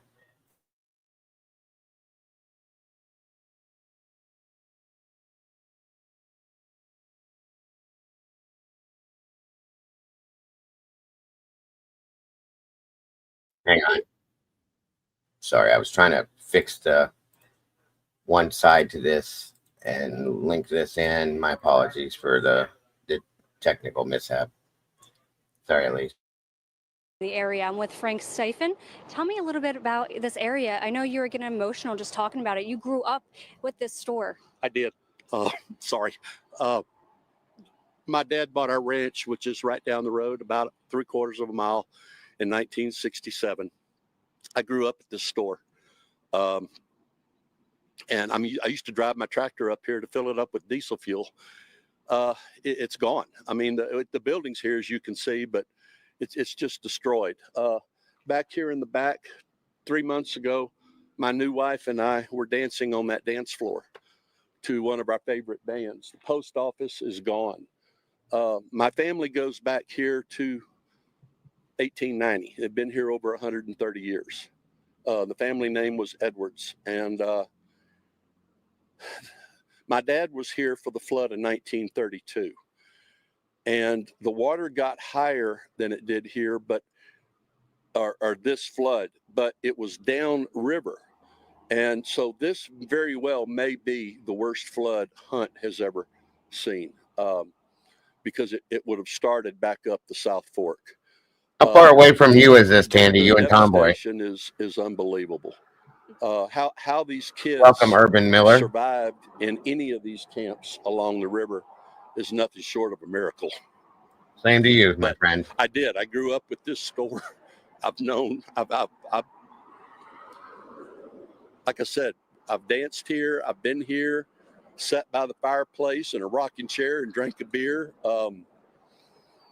The devastation, there are just no words, Taylor, that I can say that describe what I'm seeing. My ranch, it was completely underwater. The water got that high. Just unbelievable. And I know we were talking a little bit earlier. This is a small knit community, and everybody knows everybody. Yes, Hunt is. Thank God you guys weren't affected by it. And the people here do know each other. The store was more than just a store where you could go to buy staples and a beer or a hamburger or whatever.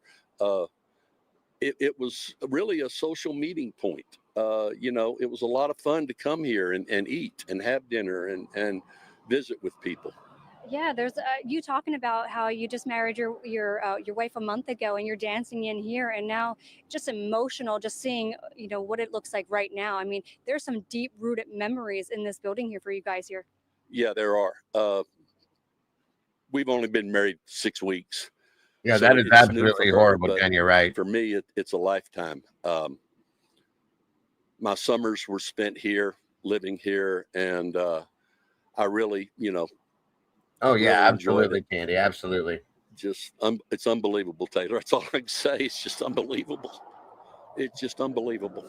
Yeah, just no words at this time. I mean, your post office, where do you guys go right at this time? How do you rebuild from this?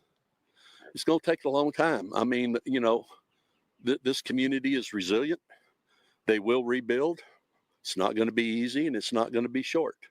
But this will rebuild, and all of this trash will be gone, and the camps will hopefully rebuild, and be a place where children can grow up. Now, Frank, where were you when you first knew that those floodwaters are coming I through? was living in my house in Kerrville. We live in the Highlands, so we're way high.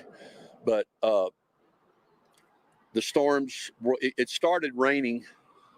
We were at Howdy's dancing Thursday night, which is where they were doing live rescues, people out of trees.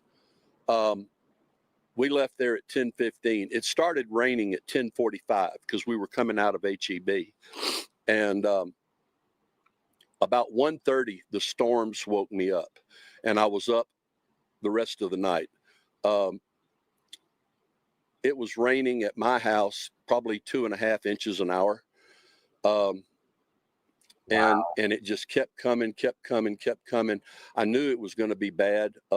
About 4 o'clock, they started warning people of rises. At first one I saw was like 21 feet, and then it was 24.5 feet, and then it was like 27 feet. And I think we topped out here at 34.1 or something like that. But it didn't quit raining in Kerrville at our house till 5 o'clock yesterday afternoon. Yeah, you said you knew it was going to be bad, but you just didn't know the extent. Almost 35 feet, you guys. The river rose 35 feet. I can't imagine. That's insane. And I'm telling you right now, water rescue, when it's not moving, when it's not like this, as hard as it is, okay?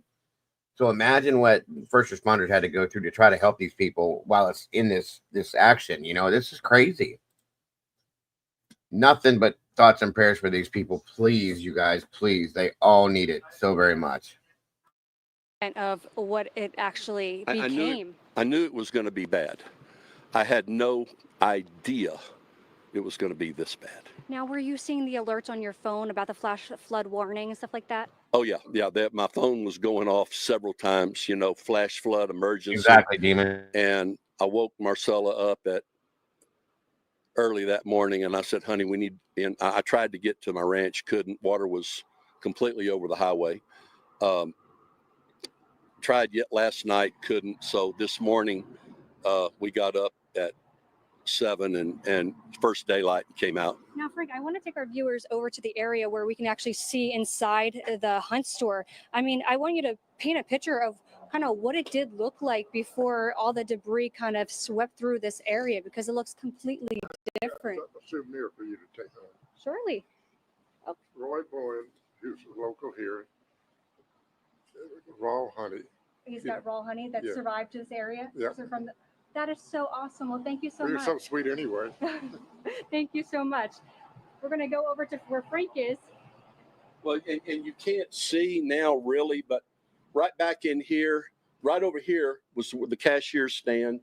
And then this all in here was where they had the staples. You could buy chips, beers, they had a cooler back there. Over here, you can see the fireplace. In the wintertime, they would light a fire and people could come in and have beer and sit around the fireplace and chat. Back this way was the restaurant. There used to be a bank right in here. It's now it was an ice cream stand, but they had great burgers and steaks, and it was just like I said, it was a meeting place. But as I look in here now, the devastation's beyond anything I can say. I mean, this is how the rocks I agree. I hope. withstood it and these posts withstood it is a miracle, because I've seen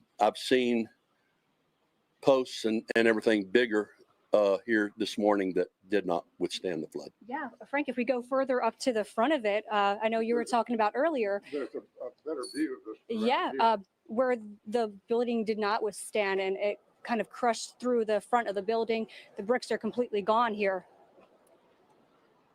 So if you take a look, you can see which once was boarded up is now. This was all, this wall, you know, here's the fireplace I was talking about.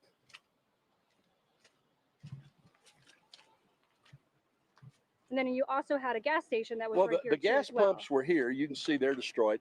But if you came around to the back side right over here, they had a diesel pump. And I could fill my tractor. So yeah, this used to be boarded up. And now you can clearly see right in through the Hunt store. See, that's why this is so hard, guys. This is small town America, okay? And, you know, good people, good families in a good town. This was, like he said, the meeting place. They would come in and sit by the fireplace in the wintertime, have a beer, talk about things going on, and it's gone. It's just gone. That's why this affects people like it does. You know, I live in this kind of a town. I live on the outskirts of it, but still, you know, this is very sad. I'm looking right now, Jen. There's one place that I've always trusted throughout all this stuff. And I'm trying to find that link again. I know Alicia and some of the girls in here had it. I don't know if they're supporting this yet. So I'm waiting to see that. Hey, Babs. This is, oh, yeah, I knew Jules was from down in Texas. I didn't know if this was it or not. Oh, my God, that's horrible. Absolutely horrible, Babs. Yeah, thank you, Alicia. Yeah, but this is horrible, Tandy. This is nuts. It reminds me of what we went through last year in the Carolinas with the hurricanes and stuff, you know? It could. You're right, Irvin. This could be any one of us. That is why I show this kind of stuff, and I ask people to support this and pray for these people. We're all the same brothers and sisters under the same God, you guys. Okay? And we all need to support each other in the best ways we possibly can, whether it be through prayers, through just thoughts, whatever we do. That's all I'm saying. Thank you, Alicia, right there. And what was that one link that we always drop, Alicia? Do you remember the name of it? I hope Jules is okay too. I was gonna say that. I don't think she lives that area anymore, but oh, excuse me. Let's see.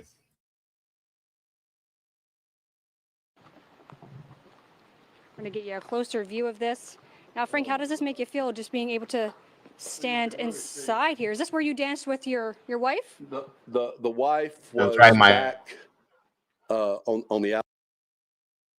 That's it. Samaritan's Purse. I hope that they might be supporting this, and if so, that's the one I would go through. That's the best one I've seen yet. And they usually do support these things. Is that what that link was, Alicia? Or is that something different? Okay. I hope to God he is. I hope to God he is. Oh, wow. Well, that's a good thing then, Babs. Good Lord. Thank you, Lisa. Outside porch was where we danced. So this was all, you know, chips and jerky and, you know, foods and finger foods. And But none of this stuff here, you know, is no. This was actually inside the store. You could buy a bottle. There was a wine, like right about here, wasn't it? There was a wine rack. Wine rack was right here. You could buy some excellent wines. And again, in the wintertime, fireplace, you know, was kind of a gathering point. And but like we were talking about earlier, thank God. Thank you, very, Tracy. very small, tight-knit community. And Okay, they're not doing it yet You then. just get emotional Okay. just looking at this Thank you, and seeing Alicia. what it once was and now what it looks like today. You do. I thank God that people survived it. Thanks, We're keep it here real. to talk about this. What those kids went through and adults along the South Fork of the Guadalupe River, I'll be honest with you, I can't imagine. You just see how aggressive this floodwater swept through this area. I mean, you were talking earlier about your cattle and how you've lost the barrels, was it? Well, no, the cattle were, well, we lease our property and Be careful, Bobby, some please, people brother. here local to the community. Careful, run be safe some and get hay out when you there. need to. There were no cattle in And on the keep us property. informed. There were Please keep us 62 informed. round bales of hay because they just cut, and each one of those bales weighs about 950 pounds. They're all gone. All 62 bales are gone. It just goes to show again how aggressive those How flood waters forceful were. the water was. Absolutely. Well, you heard it from Frank here. The community here in Hunt is completely resilient. You know, it's an emotional state right now. We want to go to our colleague, KENS 5 reporter Sue Kalberg, who I understand is in Center Point. Sue, where are you at right now, and what are you seeing? Henry, I am still in Center Point on the Guadalupe River across from Lions Park, and I have some amazing video that we're going to share with you as the evening progresses. But let me tell you what happened. Thank you so much, Bonnie. God bless. And whoever received that, welcome to the sauce. I can't see you right now. Congrats. Tracy, again, welcome back to the sauce, or welcome to the sauce. It's great to have you here. We appreciate that, Bonnie. Thank you. Here early this morning, there's a tree way out there in the river that you can see, that a big branch, you can see it's got a wound in it. That is where a young woman was plucked from a tree who came all the way from the Hunt Ingram area. That's like 14 miles away. She went under bridges. She survived incredible Thank you, odds. Jen. She said RVs were floating by her. When I was up here at the bridge a minute ago, somebody said, go get Carl's video because you won't believe it. This, y'all, is Carl. And everybody here has been telling me this incredible story. They talk all over each other. So I told them, y'all just tell the story because it's a story of heroism and a miracle, truly. Miracle, Tell true, me, Carl. True miracle. There's no other way to explain it. You heard her screaming. I did. We had gone away from the house for a little while because we were afraid the water was coming in our house. Thank And you, Alicia. I waited till it was stabilized, and I knew, so I waited back over. I came up on the deck, and she saw me, so she started to scream out loud. And I thought she was in the water going down the river, and I finally looked and was able to spot her in the tree. And so, I began to holler back to her, hey, I see you. We'll get you help. And I called 911, waited about 20 minutes. Nobody showed up. And I got in my vehicle, drove down the road to where I knew there were going to be authorities. And I found a DPS agent, and he then videoed and called in and sent some folks over here, but it still took a while. So we And had they brought a little, boat. They did. We had a little bullhorn. We were hollering back and forth at her to let her know, hey, you just hang on, because she was desperate. I mean, desperate. And then you learned she came all the way from Hunt Ingram? after they were able to pluck her out, we brought her into our house and gave her a shower, clothed her because it had stripped all of her clothing off, and gave her something to drink, gave her a nap, and then we had a long talk with her. We called her grandmother in Corpus because she's also missing. Her parents were with her at the time. And sister and aunt and uncle as well. Yeah. Sister and uncle. So Yeah. they were at a campground and the water came up at, did you say 4 o'clock? She told us that roughly 4 a.m. they started noticing the water coming up. Her mom and dad got in their car to try and go up the hill to get out of the water. The car was overtaken by the water and stalled out. They had to open the sunroof, climbed through the sunroof, and then she said they were able to get on a tree. Her mom and her were clinging to each other. The dad was behind, holding on to them. Water would have been pushing at their back. She said it just kept overtaking them, and eventually they got swept away. She said the dad, they lost him immediately. Her and her mother were able to hang on to each other for a while. Then they got taken under in some sort of a rapid of some kind. They got separated. She said they were screaming back and forth, coming down the river for a period of time. Then she lost her mom. She said that she had clung to a handful of trees. They were small, would ended up getting pushed over and overtaken, and somehow she ended up here. And so you found the strength to climb in the tree, you know. And you said that she went into the water at 4, but you didn't see her until 8 o'clock, a little after 8 o'clock in the morning. So her adventure was already 4 hours old when you saw her, and then it took a while for the This boat is to get insane. there. Exactly, and they're from Midland, so they have no idea about these things. It's, you know, it's a new experience for them. Said she came under a couple of bridges. One of them would have had to been on Sidney Baker, and she could see cars passing by. She was waving at them, and she couldn't get anybody's attention, and just continued down the river till she got to this spot. It's just, I mean, it's an absolute miracle. There's no way you survived that trip. I don't know how she did it. I really don't. What was in your heart when she made it to dry land or wetland? Oh my God, we all cheered. I mean, there were several people. 14 miles, you guys, in the water. This is nuts. Hey, Josie. This is insane.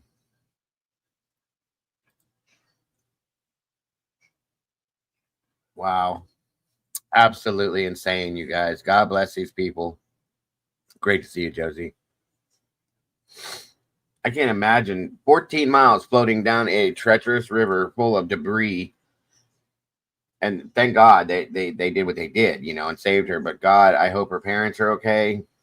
That's horrifying. Absolutely horrifying. Here, and we all just began to cheer and hoop and holler and carry on. We went down and greeted her and hugged her and got her blankets and towels and stuff. And, you know, just she could barely walk at that point. I mean, she was so exhausted and beat up. I mean, she was beat up pretty good. So, but nothing broken as far as you No, know. She had a fairly decent cut on the back of her head that she didn't even know about when the paramedics were checking her out until she took a shower. And she said she put shampoo in her hair and then it started to burn.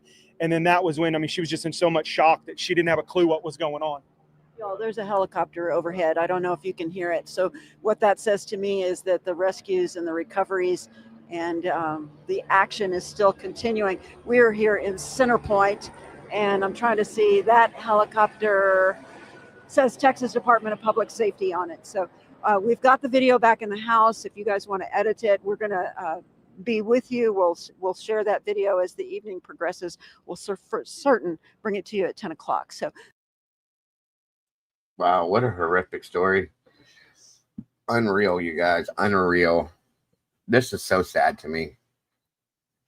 Here, let me give you this real quick. This is the press conference that just dropped 36 minutes ago. Hang on. Like I said, prayers and thoughts to these people, every bit of us, please. Coming out here and covering us in this difficult time. We're going to have this is a press briefing this morning. We start at 10 a.m., so we're starting now. This is really low, guys. I don't know why. 2 and 1 at 6. And the purpose of each one will be to update you from whatever our previous numbers are. So this morning we'll be updating you from where we were last night. And then at 2, we'll update you from where we are now. And 6, same thing. And speaking this morning, we are going to have Kirk County Sheriff Larry Letha leading us off. United States Representative Chip Roy is here with us. There we go. Kerrville Mayor Joe Herring Jr. will be speaking briefly, and Kerrville City Manager Dalton Rice. And when we are done, because we are still in active search and recovery mode, we're going to keep this short. We'll allow 5 questions, and I'm going to turn it over now to Sheriff Letha. Thank you. As probably a lot of y'all know, Sheriff Larry Letha, Kirk County. One thing I want to tell you, I appreciate y'all covering this. One thing I'm really big about is transparency. Sorry to hear that. Appreciate y'all getting the message out there. We will do our best. Like I said, we'll have 2 more briefings out there to get you information as we get it. What I want to start with, I want to make sure you understand.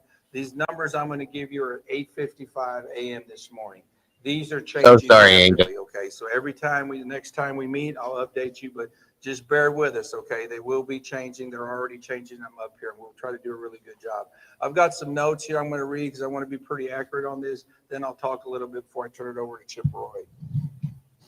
We are now more than 24 hours into this tragic event, and Kerrville Police Department, Kerrville Fire Department, and Kirk County Sheriff's Office, and other first responders from around the Texas are continuing to conduct rescue and recovery operations along the Guadalupe River corridor.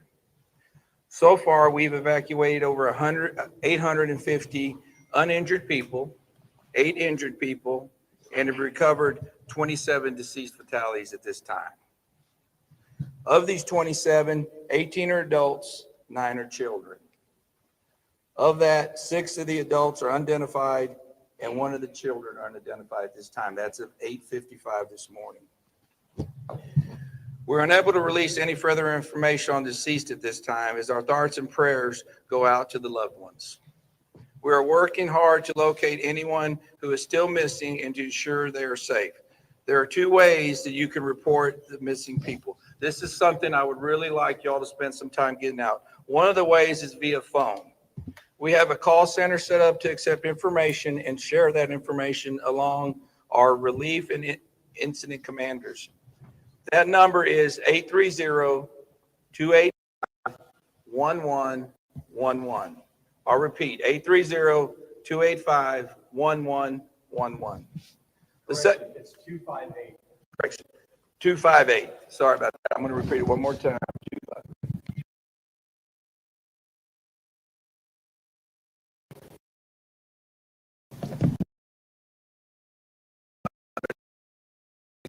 Second way is via email.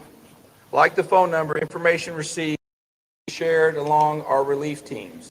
That email is floodrecovery@co.tx.us. Repeating one more time, floodrecovery@co.tx.us. There is a shelter for the general public who needs assistance at the First United Methodist Church, 321 Thompson Drive in Kerrville.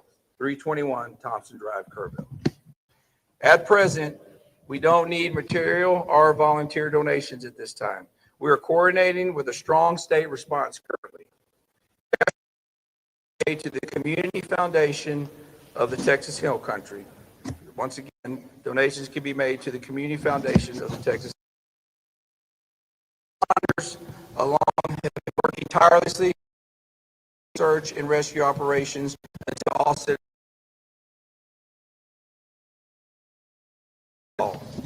This community is strong and will continue to pull together during the humbled by the outpouring of support.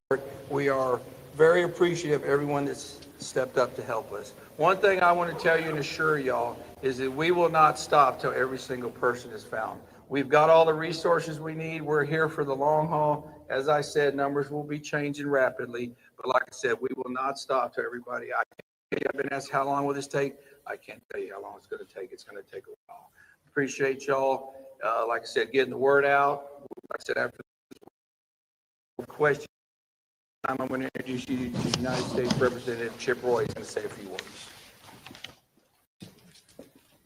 Thank you, Sheriff. I'll be brief. I'm here to show support for the community. My family comes here to Kerrville for 4th of July virtually every year. Come here for Robert Earl shows, and we were planning to be here for the show with Robert Earl and Beckman.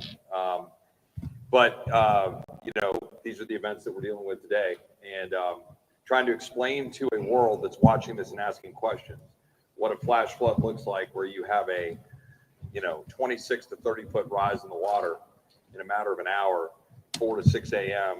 on a holiday, and the people that are having to respond to that. It's got everybody like pause, take a breath for the recriminations and the Monday morning quarterbacking, because there's so many great people in this community that are responding and moving quickly. Lives lost saving people, like camp directors. And I'm going to let other people name names and stuff. That's not my job here. But we know the stories of people that have been heroic in trying to make sure that the lives lost was at a minimum and trying to recover individuals. I got a call and an update this morning. My kid's school, there was one of their schoolmates was missing, and was one of the kids. She was on a mattress for 2 or 3 hours in the middle of the night.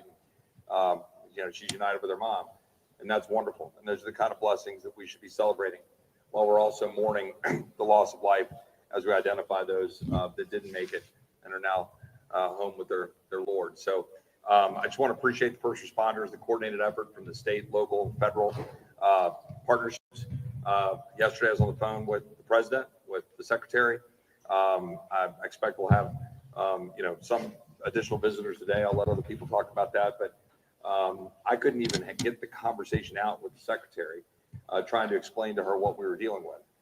That doesn't happen often for me. But it took me a while to collect myself to even be able to tell her what we were looking at.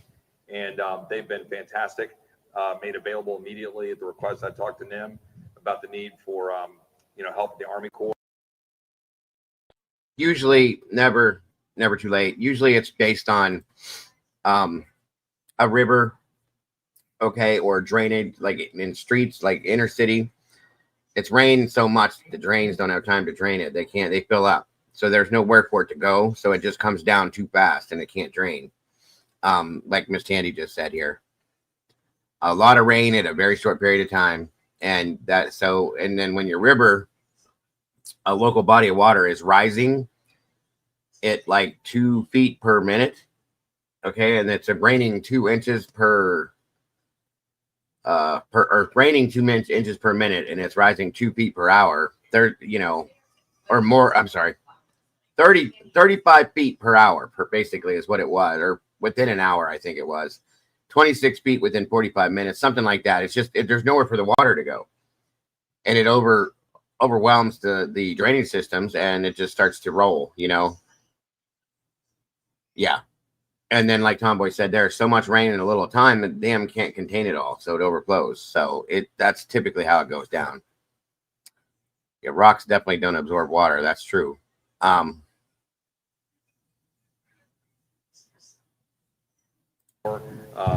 to the secretary and their team and their immediate. It's been an extraordinary partnership. I think there's been 1,000 or so boots on the ground combined between state, local, and federal. I'll let them say the numbers, but obviously hundreds of people that have been rescued, 160 plus air rescues. I think that number's going up. You know, airlifting and taking in resources to some of these camps that are isolated. So let's focus on that. Let's focus on finding those who can be found. And then we can always assess what we need to do later going forward. But extremely proud of this community. Let's finish the job here over the next few days. Support the local law enforcement and first responders, and pray for the families, particularly those who've lost loved ones. With that, I will turn it over to the mayor. Yeah, the ground being so dry, it can't absorb the water like it should. So it has nowhere to go. It just kind of floats. It's, you know, stays on top. I'm Mayor Joe Herring Jr., Mayor of Kerrville, Texas. I'm glad you're here, and I have a few comments to make. People need to know today will be a hard day. It will be a hard day. This is the message I want to share. The city of Kerrville is thankful. We have help from our city crews, from county personnel, from state agencies, and federal resources, including the Coast Guard. I have been asked how people can help. The sheriff has mentioned that a fund has been set up by the Community Foundation of the Texas Hill Country. Information about this can be found on the city's Facebook page.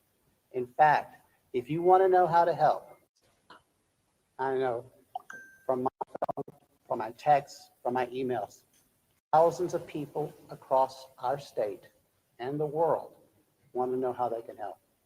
The easiest way to get information about that is to follow the City of Kerrville Facebook page. City of Kerrville, City Hall Facebook page. They have done an admirable job of making sure all resources and all information is available, not only to the citizens of Kerrville, but to the citizens of the world. I'm thankful you're here. Today will be a hard day. Please pray for our community. Next up is City Manager Dalton Rice.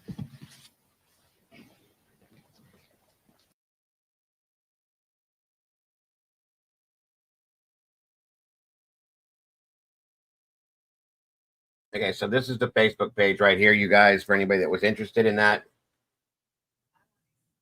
You can contact them via this tab here. And the saying that the Kerrville Salvation Army is seeking donations for those affected by the flood disaster. Below are the items greatly needed. Please bring donations to that address there, 855 Hayes Street. Of course, what we always see in a situation like this: diapers, non-perishables, hygiene, socks, bleach, baby wipes, brooms, trash bags, shovels, trash bags again. If anybody wants to send those items, possibly, maybe, I don't know. And if you're in this area to donate to, you can do that as well. And this is the information numbers for any missing persons.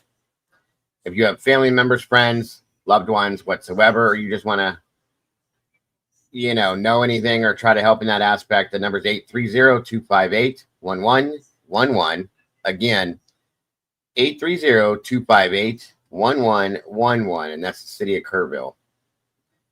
And it says, for those inquiring about donating to the flood relief effort, the Community Foundation, in response to the devastating 4th of July flood, the Community Foundation has launched the Kerr County Flood Relief Fund to support local response. I think that's the same thing that Alicia put out. If not, I'm going to put that link in chat right now. Holy crap, I hope that works. Good Lord have mercy, that is not right. Hang on. That's so big it took up 3 spaces. Give me a minute, guys. I'll put a different link in there. That didn't work. There, Alicia has it in there. Why did that do that to me? Anyway, there's the link. I just copied and pasted it, Tanny. That was weird. Yeah, and they're supposed to get more rain, I heard. Excuse me. That was nuts. Anyway, there's a link there. And this is the Facebook page. If you guys want to go there to check it out. Again, City of Kerrville, City Hall. All I typed in was City of Kerrville, and it popped up. So, with another link for the KerrvilleTexas.gov. Let me post that there for you guys. Nope, not going to do that one either. Every time I post a link, it does all this crazy stuff. At least from this place. So, no. Just go to the Facebook page and you'll be good. Anyway, let me go back to the presser real fast.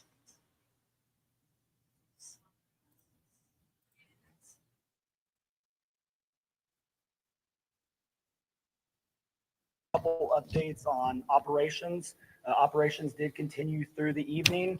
We used specialized equipment with a lot of helicopters trying to identify any areas that we could find, heat sources or whatever. No problem, Alicia. So operations did continue throughout the night. Obviously, the water did recede into this morning. I do want to encourage folks with road damage, even though a road may be open, please use extreme caution. If water does get under the road, we are seeing a lot of debris, a lot of asphalt that is washing up, so there could be some other damaged areas. We did start boots on the ground operations about 8 a.m. this morning and started about southwest of Hunt, so southwest of Camp Mystic. These folks will be traveling very difficult terrain up through Ingram, and we're going to start getting information. So again, as the sheriff had alluded to, the information is changing constantly, and it's going to be changing by the minute. talked about roads. Don't do your own searches. We know everybody wants to get help. As the roads start clearing up, you're gonna want to get out there. We are in constant communication with families. We're in constant communication with those around, and so we will continue to effortlessly work through working with our partners.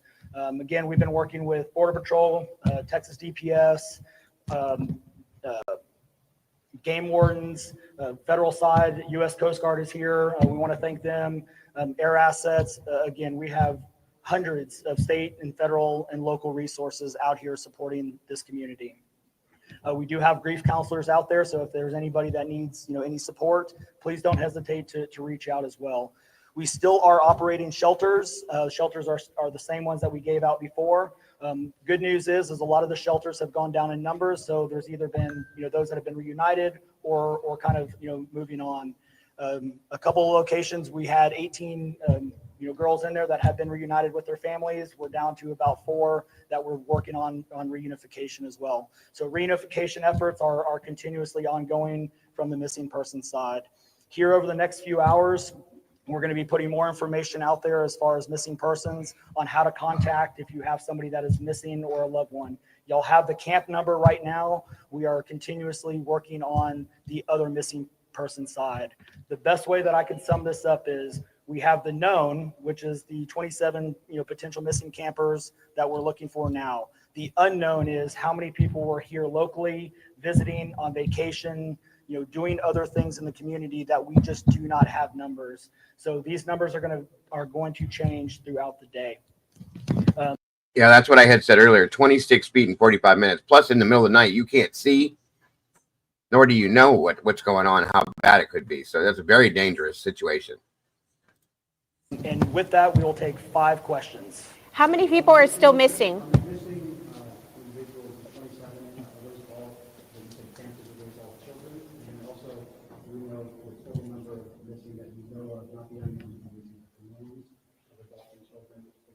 So the 27 missing is the children from Camp Mystic that we have as far as right now for the number. As far as unknown other missing, we do not have an accurate count, and we don't even want to begin to estimate at this time.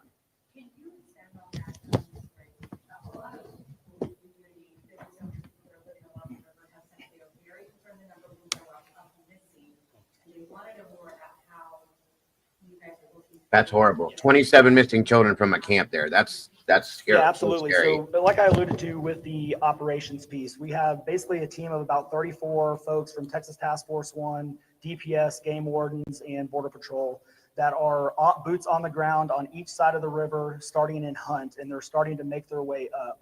Across this entire area, it's probably about a 17-kilometer stretch. They are going to be in very debris terrain, very difficult, challenging contours along the riverbanks. So it is a very harsh environment. We are doing what's called a primary search, which is basically a very quick search. But when I say quick, that is up, down, sideways. They're turning over as many rocks as they can. he did. Like I said, 27 children missing from Camp Mystic. That's a whole camp full of kids. That scares the shit out of me. That is beyond that's too much. Pray to God they're okay. They found some safety, and that's where they're all at. Yeah, the younger girls from those cabins are right, Bonnie. This is horrifying, guys. Horrifying. Culverts up in trees. They are looking at every possible location, and then we'll start going into a layered approach, or what we also have from the locals, which has been a really great resource. In the floods that we have, there are known collection points where debris tends to collect along the riverbank. We do have intel on what sites and locations those are, so we can also put additional resources into those. That's beyond unacceptable, cat lady. Start getting a more focused approach on that. We've seen a lot of traffic flooding. We've seen a lot of traffic flooding in central Texas over the past few weeks. There are so many people, I know this is so early, but there's so many people already asking, what can be done to stop the loss of life? We saw 13 in San Antonio. We have seen an unknown number, but at least 27 here. They're scared. Yeah, it's a great question, and I think that's a question that we definitely need to answer at some point in time. Right now, our focus is on the search and rescue efforts, making sure that we get these families out. get some closure, where we can. And so I think that is a great question that we need to ask ourselves. But right now we want to focus on search and rescue. Are there still rescue efforts going on right now? Yes, we are. We have been in continuous search and rescue operations. Again, this river, even though it started in West Kerr, this goes all the way down through East Kerr County and it's continuing on, to the southeast. So yes, search and rescue operations are continuously ongoing, and we'll continue to update on that. So One more question. where are you finding these folks right now, the active rescues this morning? Are they stuck in an island of land? Where are they? Typically rescues, if we do find them, they're going to be in trees or we find them, either on high ground. Again, most of the rescues that we are having at this point in time are other camps. So we have a lot of camps and they are all accounted for, but they are isolated because of road damage. So we know where they're at. We're getting them food, water, resources, and now it's a matter of just getting them safely across, low water crossings or other areas to other shelters. So.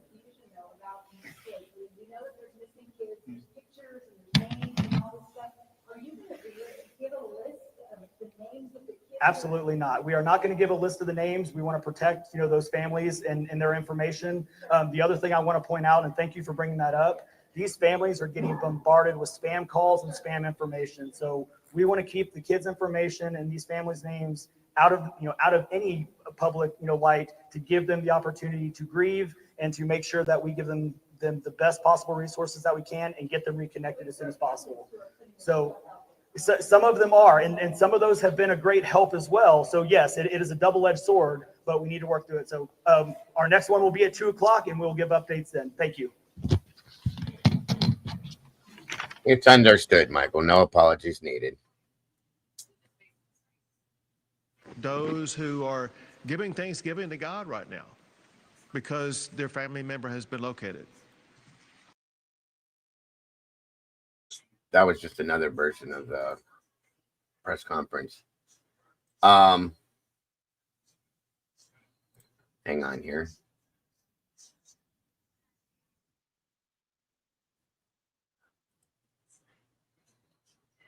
Give me a second here. Let me show you guys. Thank you guys for your thoughts and prayers for these people. If anything else, we can do that, guys, if at the very least.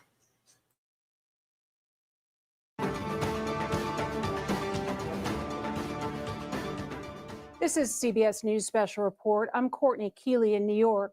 Officials in Central Texas say at least 13 people are dead after major flooding in that area. The National Weather Service says 5 to 10 inches have fallen on the city of Kerrville, which is located southwest of Austin, Texas. Governor Greg Abbott plus state and local officials are holding a news conference. Let's listen in. Campers alongside the river, doing the same thing and enjoying one of the beautiful spots in the state of Texas. Asleep probably just a few hours from waking up. People that I know of who were not in harm's way, but went into harm's way to try to save the lives of others, but who lost their life. So many people have been swept up into an extraordinary catastrophe. It needs God, but it also needs a robust response by the state and local governments and by people who live in these communities impacted by this. We had a meeting with officials at the state and local level, and there is extraordinary collaboration to make sure that we are going to address everybody's concern as quickly as we possibly can. At the state level, we have Texas Task Force 1 and Texas Task Force 2. There are some of the best experts in the world at search and rescue missions. And know this, we remain in a search and rescue posture right now. So it's been going on over the course of the day, and you're going to hear stories here momentarily about exactly what has been achieved through those search and rescue missions. They will continue in the darkness of night. They will be taking. You guys imagine that woman that was carried 14 miles in this. It moves so fast, you have no idea. And the force of it will push you You cannot back up, push back against it. Okay. 14 miles to stay afloat in this. Okay. That's God was with her the whole way, in my opinion. For those of you that aren't religious, I'm not trying to be offensive. I apologize. That's just my feelings on it. However you think of it, whether it be a higher power or if there was just her own will, however you see it, it's amazing. So it does, Jen. It's very anxiety ridden. It causes anxiety. And like I said, knowing from my experiences what I know about search and rescue and water situations, it's horrifying. It's absolutely horrifying. You have no control. You have very little control. She dodged a fridge. See, I mean, the control level is so minimal. As a first responder or a rescue, there's not much you can do, and hope to God that you don't get taken from it. You know, there are safety measures that we take, but it only works to some extent. You know, it's just crazy. I'm brokenhearted right now, knowing that there's 27 children that went missing from this camp that nobody has any clue where they're at. That's killing me right now to think about, just so you guys know. So please, like I said, some of you aren't all praying people. For those of you that are, you know what to do. For those of you that aren't, just have positive thoughts, strong positive thoughts that these children and everybody else will be found that is still missing in this, please. Yeah, underwater rescue is absolutely terrifying, Jen. Absolutely terrifying, because if you have any kind of claustrophobic issues whatsoever, which I do, underwater rescue is very difficult because you can't see anything. Okay. And to get in certain places, you can get yourself trapped, and that scares the shit out of me. So it's scary. Brings back memories of the Rapid City flood of 72. Oh, I remember the stories about that, Jody. Yeah, that's a great that's interesting that you brought that up. That's very, very bad situation. Place when the sun rises in the morning, they will be nonstop seeking to find everybody who is unaccounted for. The Texas National Guard has been a part of that process, and you'll hear the general in charge of that speak here soon, as well as the Texas Department of Public Safety and their operations. We also have game wardens from the Texas Parks and Wildlife that are involved in this process, as well as the Texas Division of Emergency Management. I have assured all of the local officials here that whatever they need, whether it be personnel, whether it be equipment, whether it be search and rescue operations, whether it be supporting them in their endeavors, whatever these communities need, the state of Texas is going to step up and provide it. But we know that what is needed and wanted the most is all the families out there who are waiting. There's our for Christy. information about their child or their loved one. And as you will hear, we are working on strategies to deliver on that information. Have a good time, families dear. are craving. You and the family. We want to make sure we get information to families as quickly as we possibly can. But most importantly, we will stop at nothing to ensure that every asset and person and plane and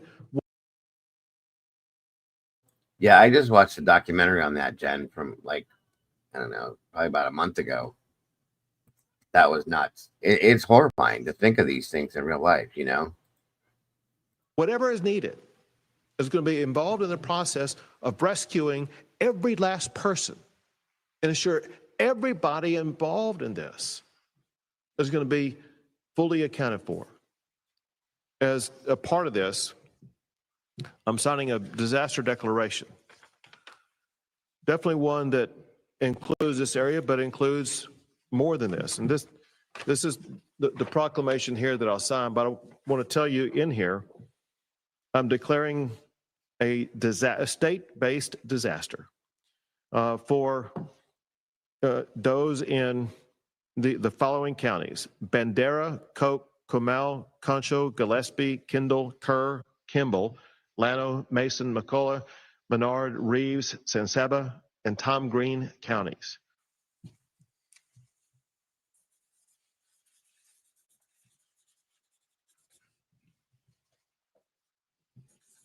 That's a good point, Tom. Cat lady, very good point.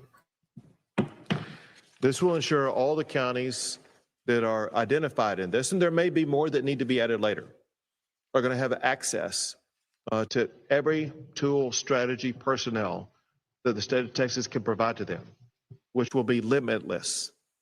We'll put in everything we have in the entire state. Someone who's been involved in this and shares the commitment is the Lieutenant Governor Dan Patrick. Thank you, Governor. Dalton, who's our city manager, told us earlier that he was jogging at 3 a.m.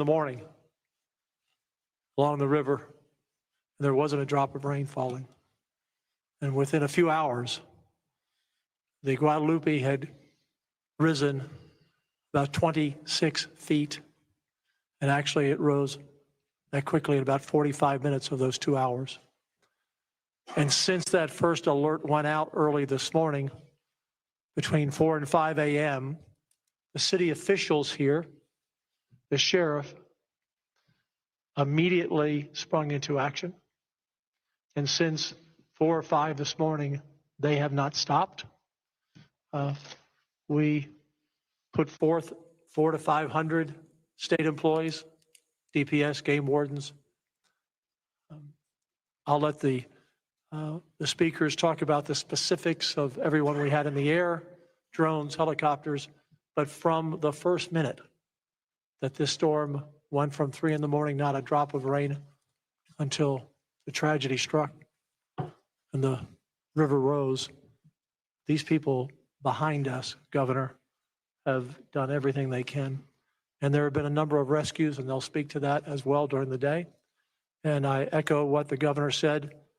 As I said earlier, we will not stop until we find every body, and the rescue continues that effort. We will not stop.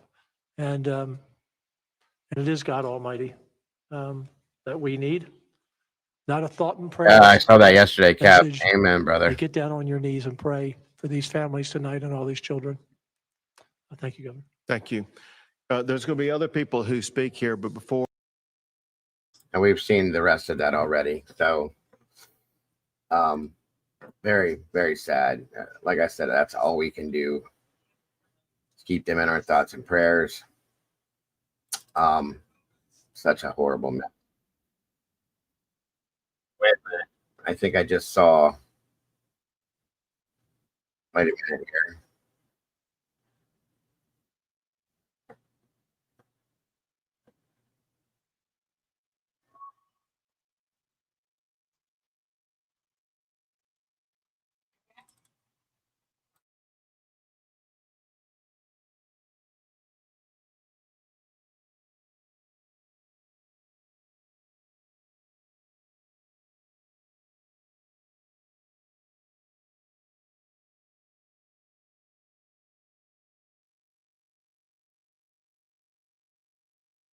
Watching NBC5 News at 6. We begin with the frantic search for the 23 young children missing along the Guadalupe River. The flooding happened in the middle of the night in several towns along the river. People in Kerrville said the water didn't just rise, it swallowed everything in sight.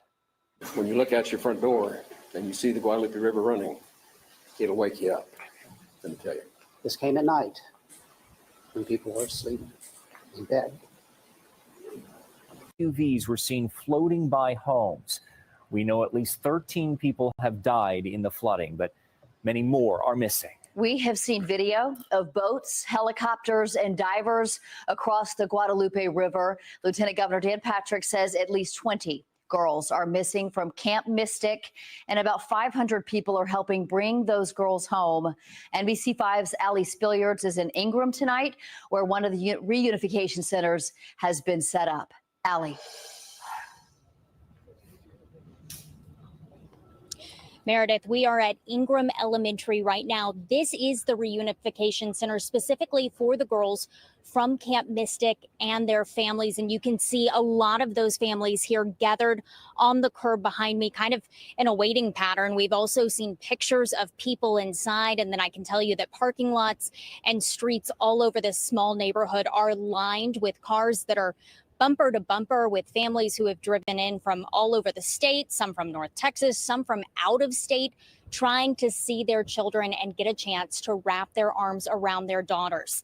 This evacuation process has been rather slow. We're told that the camp has a capacity to hold 750 people. And the problem is a lot of the roads in this area Trigger are warning. Trigger impassable. warning. And so they have been airlifting the girls out, evacuating by helicopter. Some have been coming. Congrats, Cap. Happy day anniversary, sir. 13 months is amazing, and we appreciate you being part of this family, bro. So very much. Yeah, that's beyond horrible. At least I can't imagine either. It's crazy. In via bus. We also saw a military vehicle earlier bringing those girls in the back. Lieutenant Governor Dan Patrick did announce just a few hours ago that more than 20 girls are missing. We know at least 2 are from Dallas, but the full list has not been made public. So it is possible that there are even more from our region. We know this camp and its brother camp, La Junta, are very popular with North Texas families. We actually spoke with a couple of parents from North Texas earlier, a mother whose son is a counselor at La Junta and a father whose daughter is one of these girls at Camp Mystic. Both said their children were accounted for, but they talked about the agony of trying to get information today and waiting to find out when and how they could be reunited with their children. We heard from them how bad it was and that they were getting evacuated.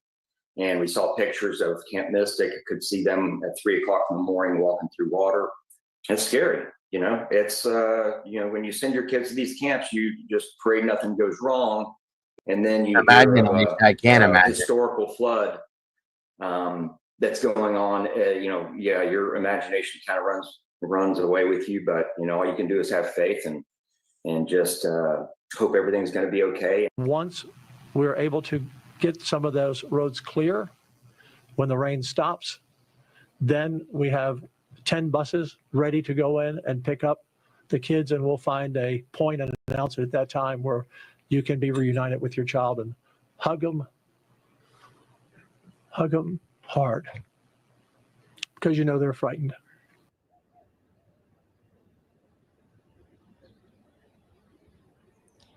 Okay, you can see right now Poor this kids. military truck that I was talking about with who we assume are campers and counselors that came in just a few minutes ago. These are families who are gathering around again, waiting for their moment to be reunited.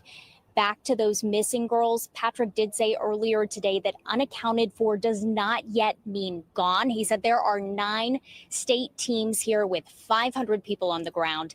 There are helicopters and drones continuing to search. He said they are checking under every rock. They are checking the trees because there were accounts of campers hanging from trees at one point, anywhere where someone could still be holding on and waiting for help. The other big problem here is communication. Cell phone signal has not been strong. Wi-Fi has been down. On top of that, these campers did not have access to cell phones. So there is a hope still that with some of these missing girls that they just don't have the means right now to tell people where they are. I hope that's what it We is. are I gonna be truly here hope on the that's what it ground. is. We'll continue to let you know what we see. Meredith, Unbelievable. Brian. Just the waiting. Allie, will you zoom in, have your photographer zoom in, if you could, to that vehicle as people are arriving.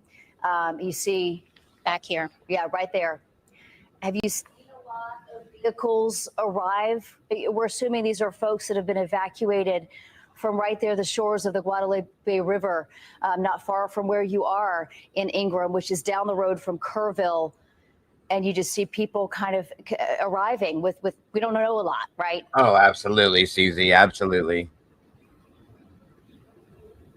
Yeah, this is the first one of these vehicles we've seen. We've been driving from DFW all day. So we really just got on the ground, but we did see a lot of helicopters overhead. And then again, we have seen a lot of families coming in. I know a lot of families were waiting to find out what the plan was before they got on the road because they didn't want to add any more chaos to the situation. Again, the roads here are small.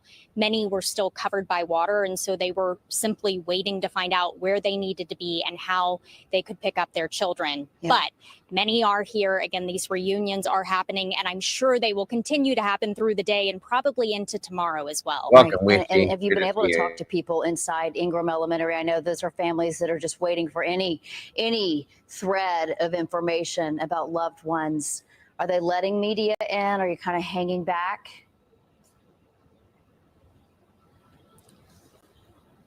Like I said, we just got here, so we're about to find that out. But from those parents that we spoke with earlier, they've, like you said, it's been every thread of information and it has been very scattered throughout the day. But I can tell you that all of the parents have been told, if you have not specifically heard from us, your child is accounted for. So I do think there is some confidence and hope here that those who did not get a phone call, that everyone is safe and sound and they just want to be back together. Yes. All right, Allie, thank you for your reporting there. Just heart-wrenching watching those people standing around just waiting for information. I know you're going to stay on top of this. Keep us posted. We'll go back to you as needed. Thank you so much. Some parents about to have their prayers answered right as those kids are rescued there. The water in the community of Comfort, Texas rose fast from 3 feet at 9 a.m. to 32 feet at 10 a.m. That's 29 feet of water in just 1 hour. Now, to put that in perspective, That is about nuts. a foot of water every 2 minutes. This video here from Kerrville puts that into even more perspective. It is a time lapse showing that water rise nearly to the top of this picnic pavilion. The current was so strong, it pulled over a light pole. New video from the NBC station in San Antonio shows one home completely gutted by the water. Another home was completely knocked off its foundation. The reporter says the house is about a quarter mile down the river. These homes are just feet from the river in many cases. The water is still raging, but it has begun to recede. Wow, you guys, this is nuts. Absolutely nuts. This is just horrifying. Absolutely horrifying. That's all we can do is pray for these people and pray to God that they find everybody that's missing and that the deceased number does not rise anymore. That's my biggest hope right there.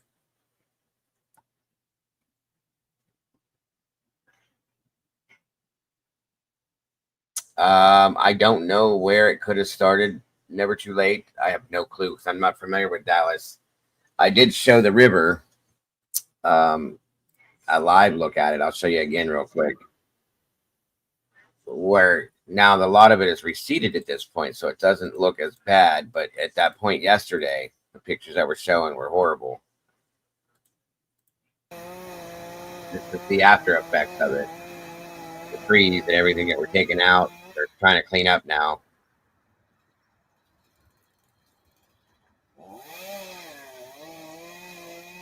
Yeah, we watched that one earlier.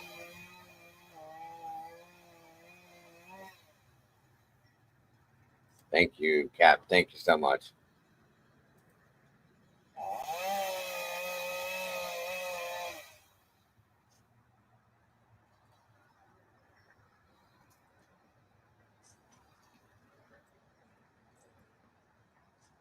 Maybe this won't show it then, but there's just a little bit of some of the terrain and the after effects.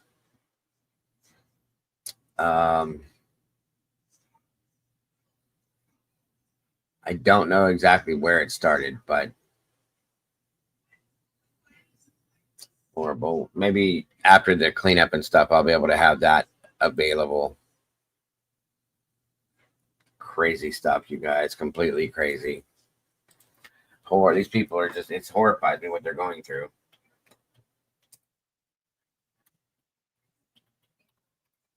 Really does. Let me see here.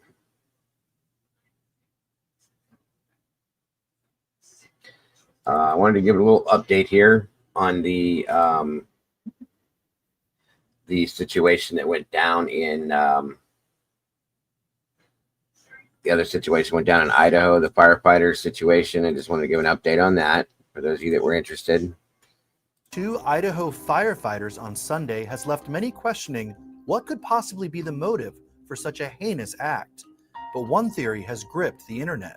In the afternoon on June 29th, first responders were called to a small but active brush fire on the east side of Canfield Mountain near Coeur d'Alene, Idaho. As fire crews moved in to tackle the blaze around 2 p.m., bullets suddenly rained down, fired by an unknown assailant hiding in the woods, officials said. The grisly scene was captured in harrowing 911 audio as firefighters were pinned down by the crazed shooter. There's an active shooter at a fire. There's potentially 2 battalion chiefs down. They're shot. BC3 is down. BC1's down. Everybody's shot up here. Law enforcement, code 3 now up here. Then immediately up here, we've got 2 unresponsive battalion chiefs, gunshot wounds, multiple gunshot wounds. The horrific ordeal ended about 5 hours later when SWAT teams discovered the lifeless body of the shooter next to his firearm on a popular tourist trail, according to police. On June 30th, the shooter was ID'd by police as Wes. Now, this is just an update and as to what happened with the one from before, Cap. Nothing new. Same one. Rowley. It was confirmed that a Coeur d'Alene firefighter and a Kootenai County Fire and Rescue member lost their lives in the sudden strike, while a third firefighter was left fighting for life after surgery, but is now in stable condition, Kootenai County Sheriff Robert Norris said in a news conference. We do believe that the suspect started the fire, and we do believe that it was an ambush and it was intentional. While police have yet to release any conclusions on Rowley's motive, internet sleuths discovered a shocking coincidence concerning the town's fire department. The deadly incident occurred 24 years to the day of the deliberate burning of the headquarters of the far-right Aryan Nations group in Hayden Lake, just 7 miles from Coeur d'Alene. Aryan Nation leader Richard Butler was forced to sell the site in a bankruptcy sale after being ordered to pay a Native American woman $6.3 million as part of a lawsuit, after the hate group's security guards had opened fire at the woman, Victoria Keenan, when she stepped outside the building with her son in 1998.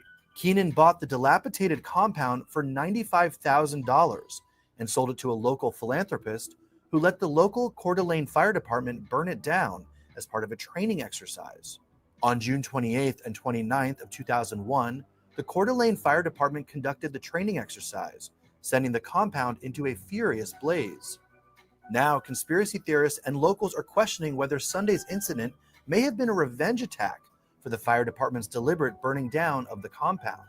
So far, there is no indication that Rowley had any political motivations or ties to neo-Nazi groups.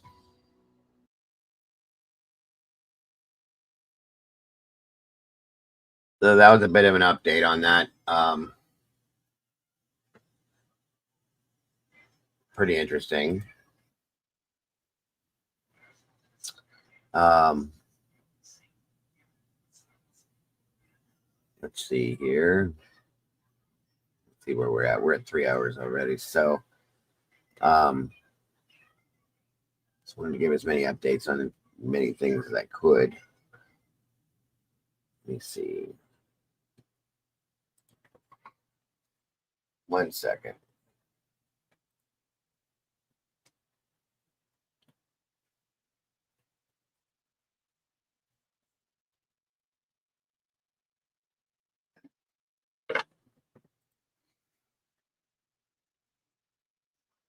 Hey, Lucy.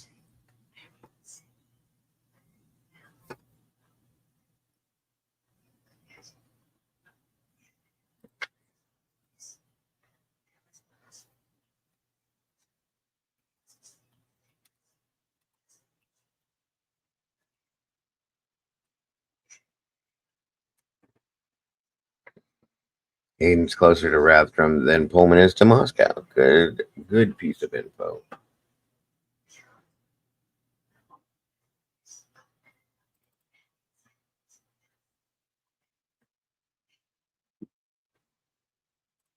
All right, got. Oh,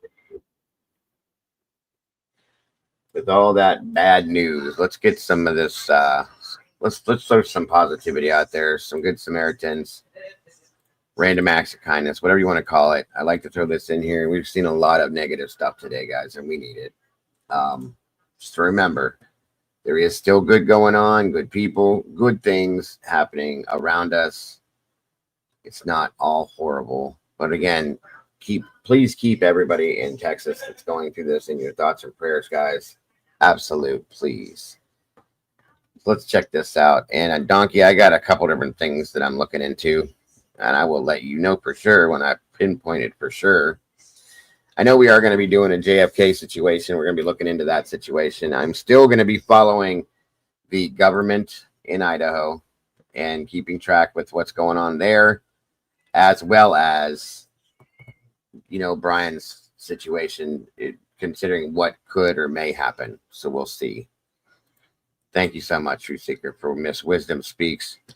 Always with us, forever in our hearts, never forgotten. I appreciate that so much, True Seeker. There's the link again. Alicia's dropping to help in regards to the flooding in Texas. I think they're just based it off of what they found, Mark. I don't know. It's a good question, though. Good question. Let's check this out, guys. Maybe it'll put a little smile on your face and give you some hope in humanity, something we need right now for sure. For sure. Sometimes a strong... that these are all staged. I'm not a fan of this. I like the real ones, so I was just thinking the same thing you were saying as you were saying it. Hold on a minute here. Give me a minute. I have other ones saved.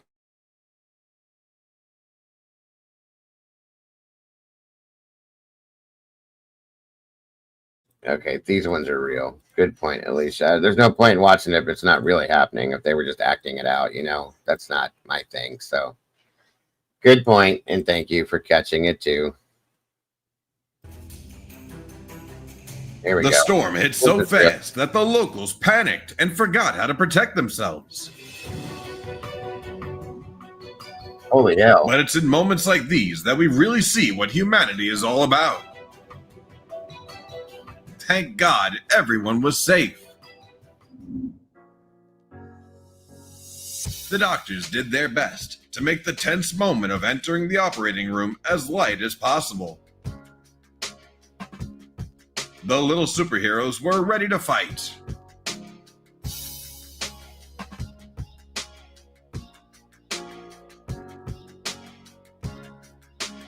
If we teach our kids to love animals, trust me, they'll grow up and spread that love to everyone. I'll pull it up, Tomboy, after this.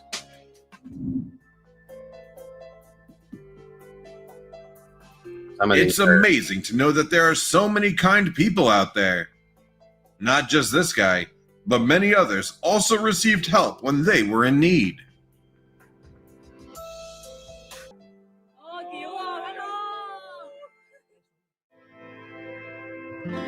Having an item of your idol is every fan's dream. But this guy was willing to give up his hat to the woman next to him when he saw she was feeling down.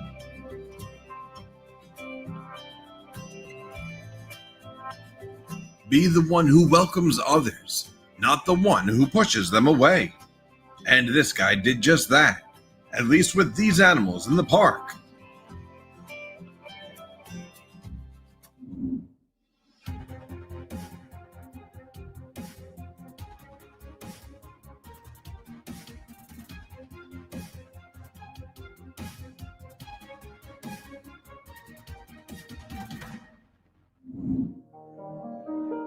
I think the little snake really needed human help, and it found a guy who was ready to assist.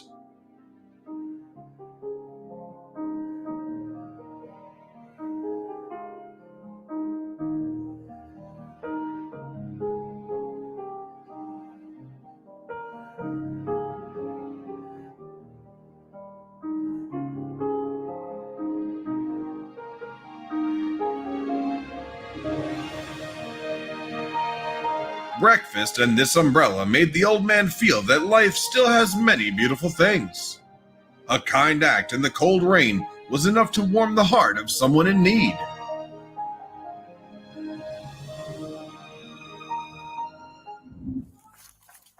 The police were racing against time to save a boy who was choking on candy. I bet all WOW TV viewers are anxiously waiting and praying for the moment the boy is saved.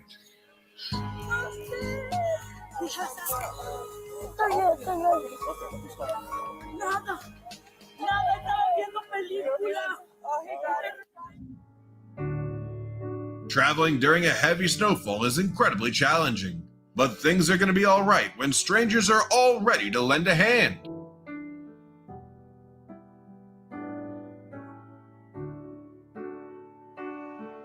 The boy waits every day to wave at the fire truck.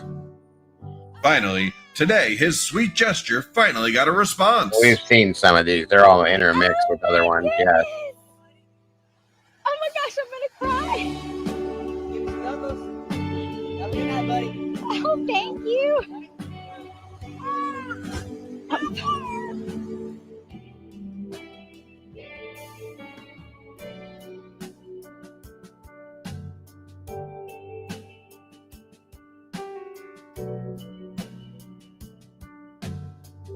Even though it wasn't a raincoat, the stranger's actions kept the boy warm.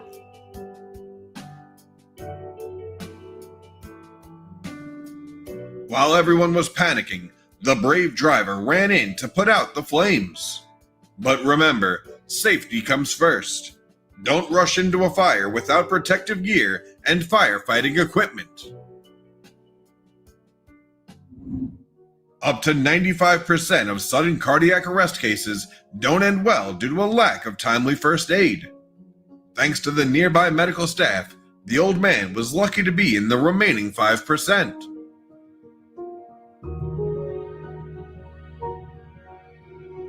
After leaving the hospital, he went to meet and thank those who saved his life.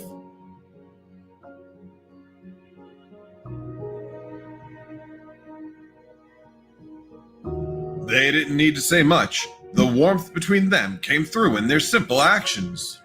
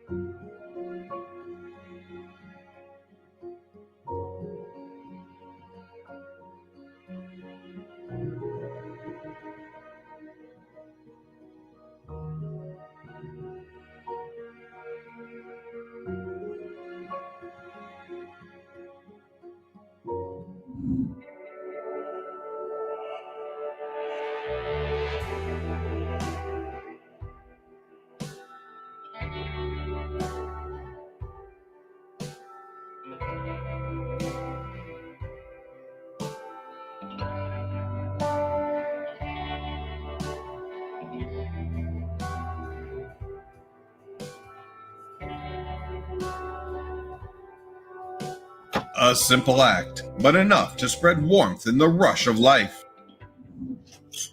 Mandy! Hey, girl. Are you okay? Is there anything happier than a deaf person being able to hear the voice of her best friend? You can hear my voice. You can hear that.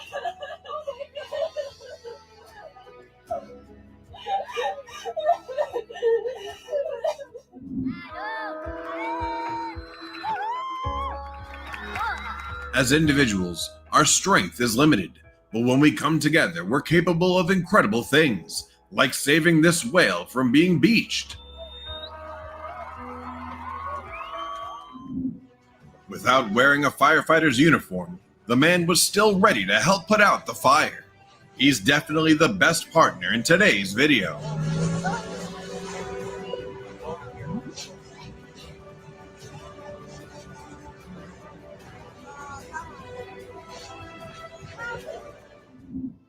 This is the most special wedding.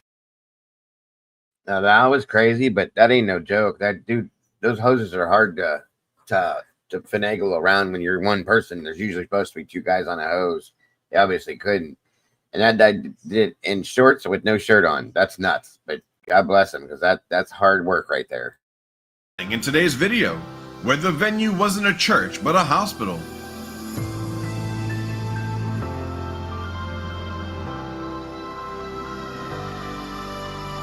All of this was done so that the father in the hospital bed could witness his daughter's big moment.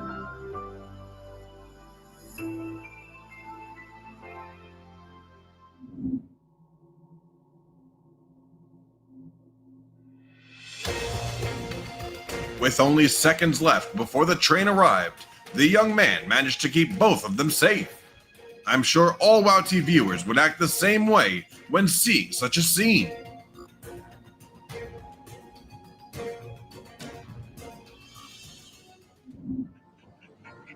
Sister.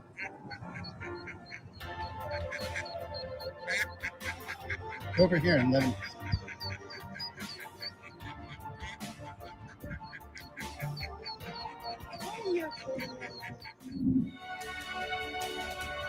A stranger tried to convince a little girl to go with him. Sensing something was wrong, a woman stepped in to confront him and stop the kidnapping attempt.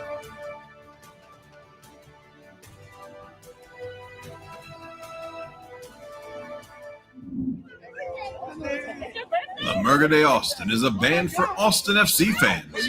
They happened to meet Isaac, a boy diagnosed with Lesch-Nyhan syndrome on his birthday, and they brought a special surprise just for him.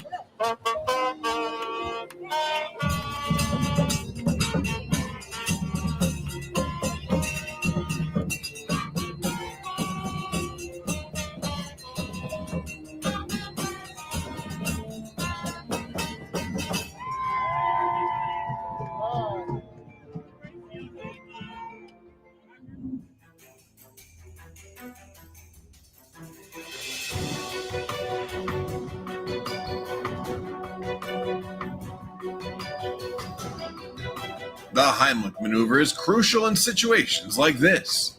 Equip yourself with the knowledge to help those around you. Carrie Schultz, a girl with cerebral palsy, has a special love for singer Morgan Wallen. Today, a surprise awaits her in the classroom. It's Morgan Wallen's mom, and a meet and greet ticket for his show.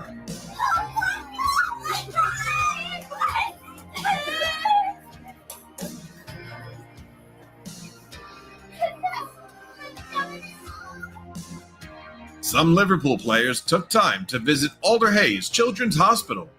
These players shown not only for their soccer skills, but also for their kindness. Oh, well done.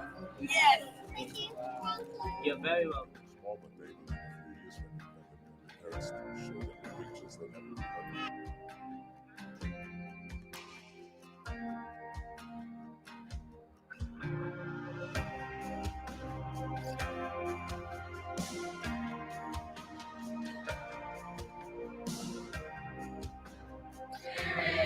The image of more than 400 students singing outside their teacher's home to encourage him in his battle with cancer is truly heartwarming. It's the clearest example of gratitude and the deep bond between teachers and students. To be overcome by your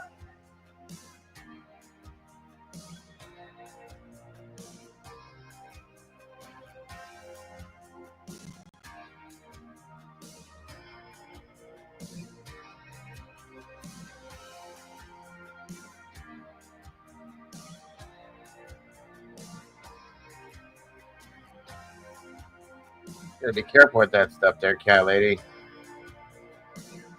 Especially being alone there, please. The little girl is facing a tough decision. Buy ice cream or give the money to a homeless person. I bet her next move will surprise you.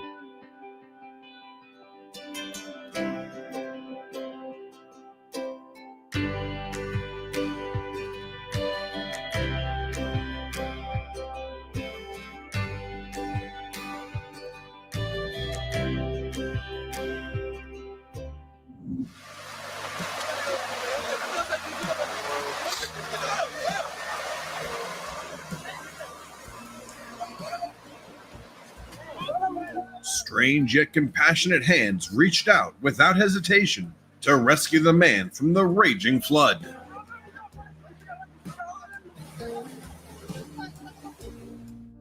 James, like, you're the GOAT. You're one of those people that like really care about, and you've made the PC experience.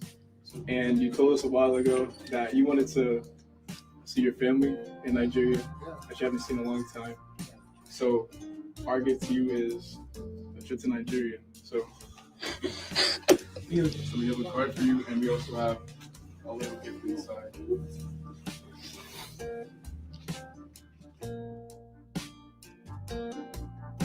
Even though the marks of time are etched deeply, the sweet actions in this love story continue.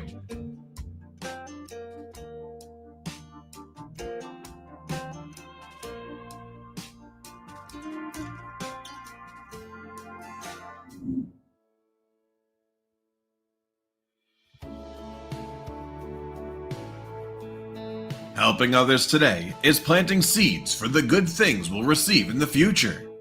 The kind passerby not only helped the old man up, but also gave him an extra coat.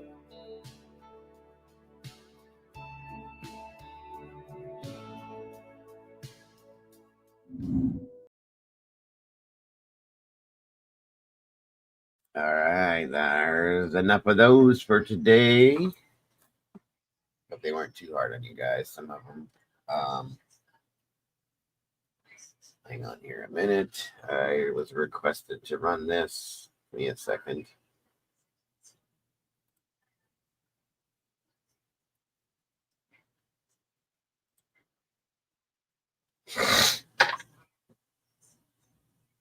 Hold on, if I can find it here.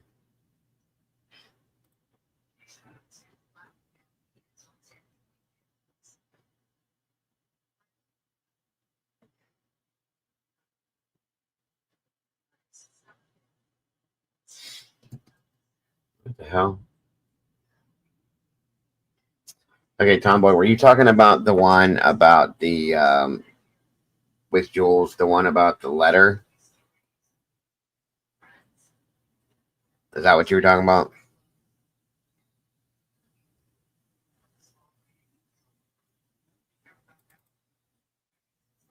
If so, it's probably important so that it's not to be mistaken. So hang on.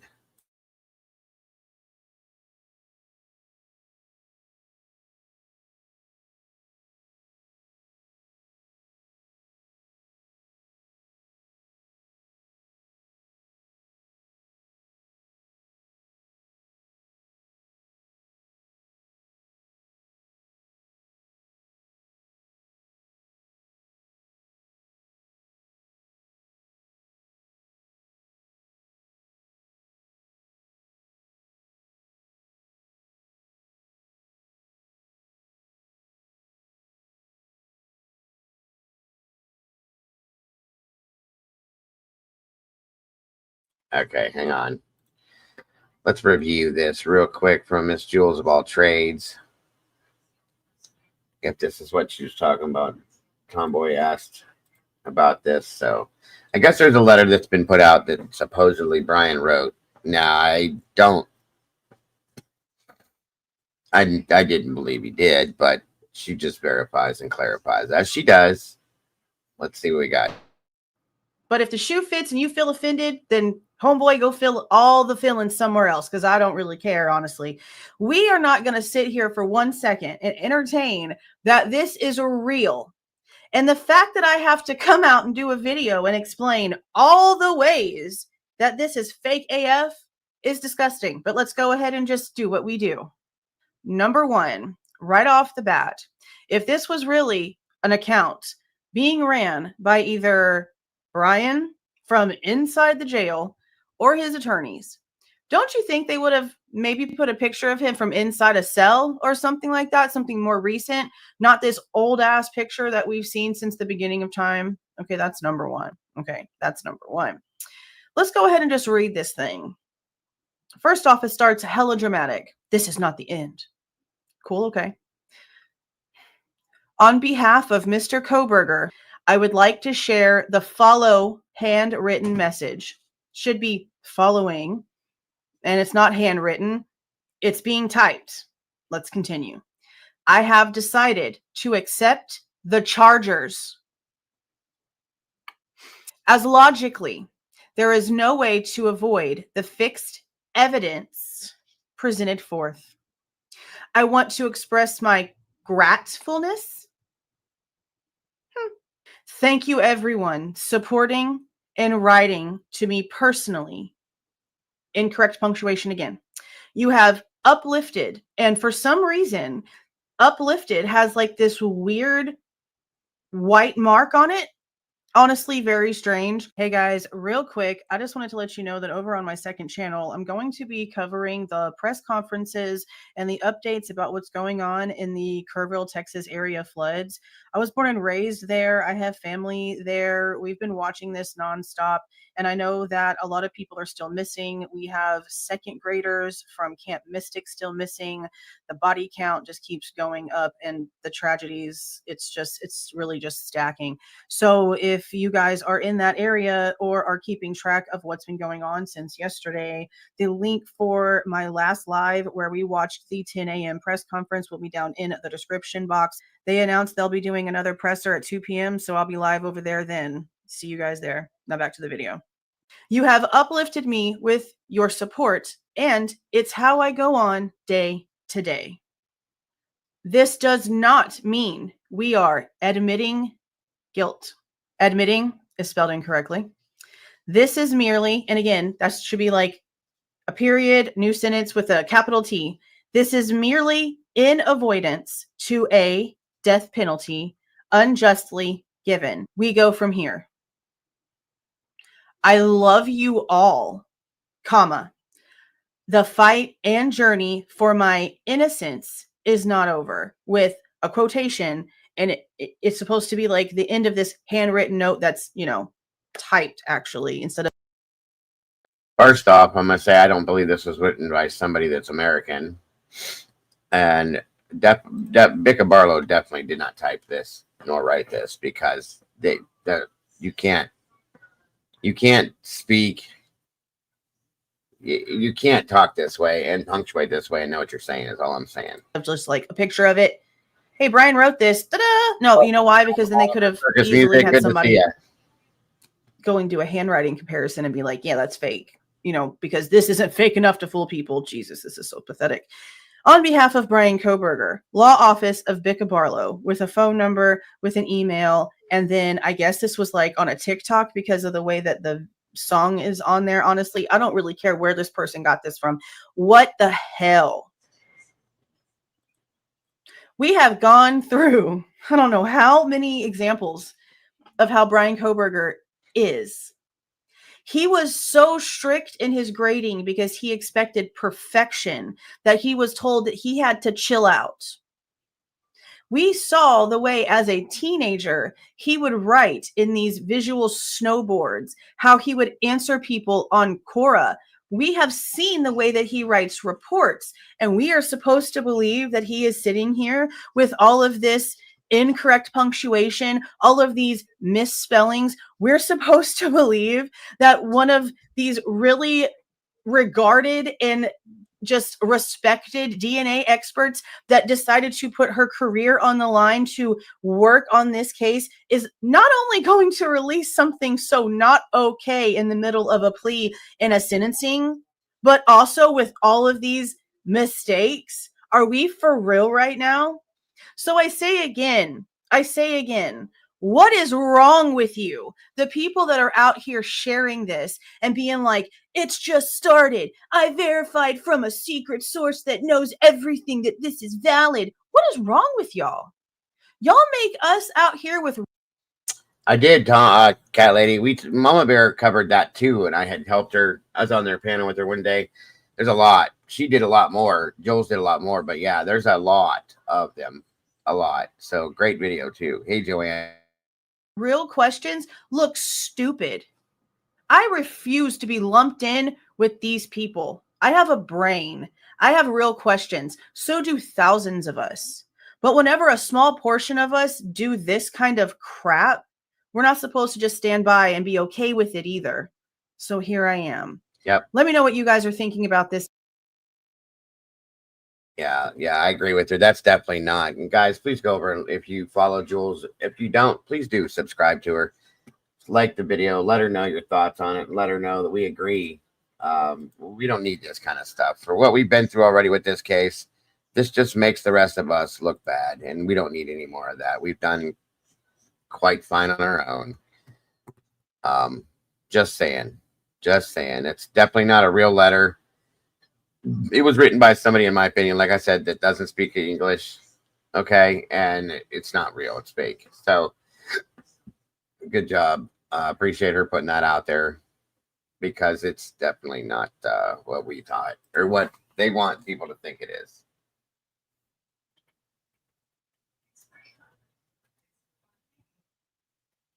So there's going to be a lot of that kind of stuff that's going to happen at this point. So be ready for it. I truly know that. Hang on a minute here. Let me see what I got for you.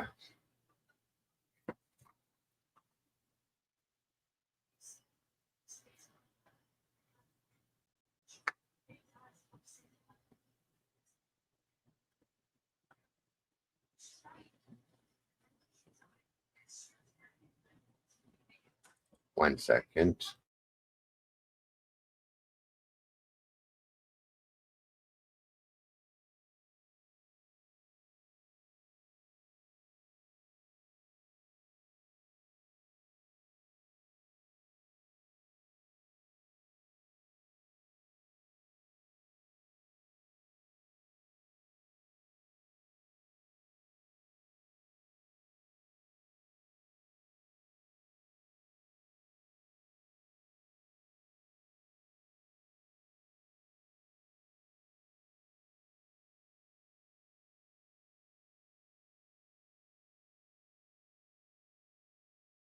That's kind of what I respected about her, Tomboy. I always have. Is she's been pretty to the point. She's honest about things, and she doesn't hold no holds barred when it comes to certain things, you know. And sometimes, in a sense, that's the problem. None of people do act that way with that, you know. That's all. Hold on here.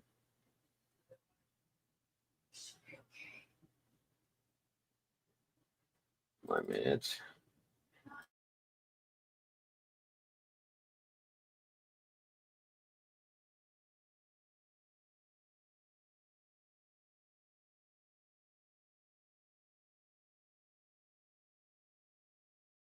All right, let's see if we can get a couple laps in before we get out of here, you guys. Leave a smile on your face at least.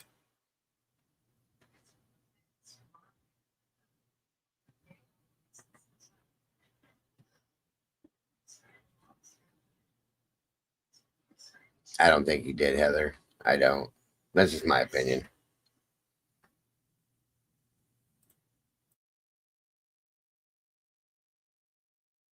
Peyton, what's wrong? I want to go to China. You want to go to China? Yes. What are you going to do in China?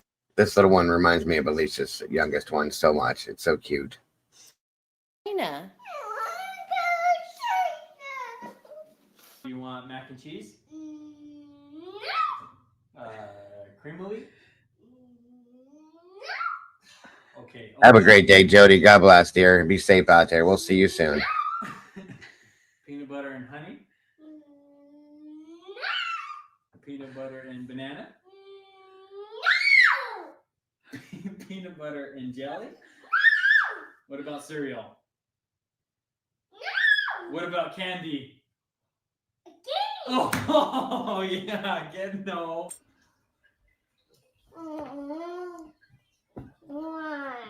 Just fruits, vegetables, good fruit, good vegetables, whole grain. AJ, you won't be a vegan? I don't want to be a vegan. Kaylin, do you want my phone? Yep. Yanni! What's wrong? Mommy, these grumpy daddies. Oh, they are? Let me see. Are they grumpy daddies? Yeah. Yeah. See? You show me? Yeah, these are grumpy daddies. Yeah. Watch that. What's 5 minus 2 equals? 5 minus 2 is 3. Oh, I have my hands up. Cheating away. Put him down and away. Who broke the motorcycle? Me. Who's me? Who's missing? Macy. Mason, did you break it? No. Who broke it? Aiden. Mason, who broke it? No, Aiden. Aiden, you broke it? No. Who broke it? Missing. Mason. Oh no. We have a problem here. Why did you have to sit in timeout today? Tell the truth. Nose is growing. Oh, they're gonna really see this one. You better hurry up. Think of why. Tell the truth. I sat in timeout because the truth will set you free. Okay. All right, what happened? I think I went in a different spot. Or maybe I tackled someone. Katie? I'm not. No, not Katie. Mama. No, Mama. No, I'm Mama, not Katie. No. I'm sorry. Can you tell me what happened one more time, please? I fell. What happened? I was sitting in the box. And it fell over? Yeah. And now what happened? Are you you're I'm sure there will be, Paula, at some point, yes. Just pull the box. Pull the box. I see some marker on my wall. Who did it? The mystery bandage. Who? The mystery bandage. The mystery bandit? Yeah. Look at me. The mystery bandage. So that's who did it, not you? No. Are we certain? No. Should I check the videotape? No. Why not? Okay, Bonnie, I hope so, dear. Thank you for joining us. I hope to see you soon. Brian, don't swing into it. I can't believe it can fly. I can't believe it can fly. I can't believe it can fly. Pity the poor fool that won't go to school. I pity. I pity the poor fool that won't go to school. I pity. I pity. Tell me what you want to do. I want to take my shirt off and put this on my boot. You want to put the deodorant On my boot. on your boobs? Yeah.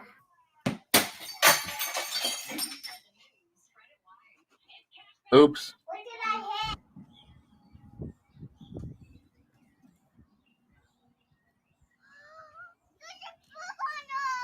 It's what? There's a bug on my baby. Which comment, Tomboy? That's the last comment I seen, and then Push, Davis. I'm trying, all right? I seriously can't, all right? Do it. let's share one. Can't. I can't help you. I can't. I don't can't see get one you out of about the share. tree. I'm gonna be stuck here forever. Drew, Drew, help him out. Help him push his. Drew, push his foot up. Push his foot up. Ow, ow, it hurts, it hurts. You're gonna have to. It's gonna hurt. Davis, go. I don't see it either, Tom. I don't see it. What did it say?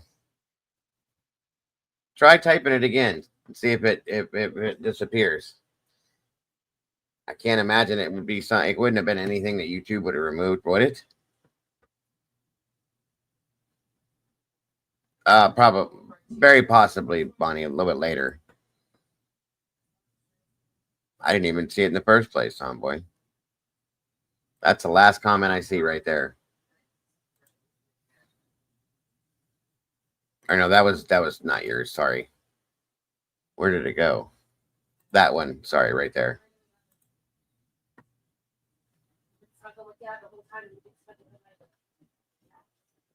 Yeah, put it back in the chat, Tomboy. Try to at least. Oh, I see. He's not just stuck, but his leg is actually stuck. Well, he's gonna have to push. Can't. Why do you have to be so fast? Get Drew. Put a book around Daddy. Cause why? I wanted to. I didn't want to put it on my pants. It's not showing up, Tomboy. What was it that? So what did you do with it? On his butt. What's the matter, honey? I'm crying because Abraham Lincoln died. That's why you're crying? Yeah. I thought you were crying because you're in timeout. Which one? What?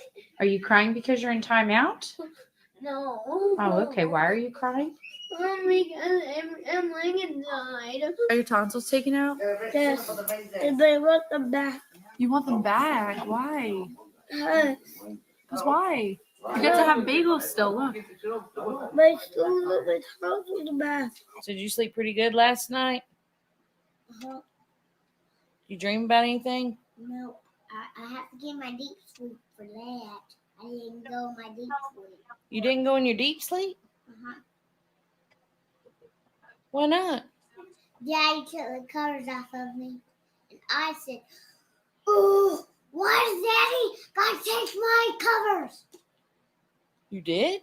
Uh-huh. Well, one night, y'all took the cover off of me a little bit. Then Tomboy, I type in the took it Discord, back. Jimmy. Then Let me I see took what it it says. off of y'all because you took it off of me. Then I took it back off of y'all. That's not too nice. Well, sometimes a kids have to do what a kids has to I do. don't, Carolyn. If you Personally, don't I eat don't. this gum, you'll get another one, okay? Right here. I'll be right back. I forgot something quick, okay? Don't eat it.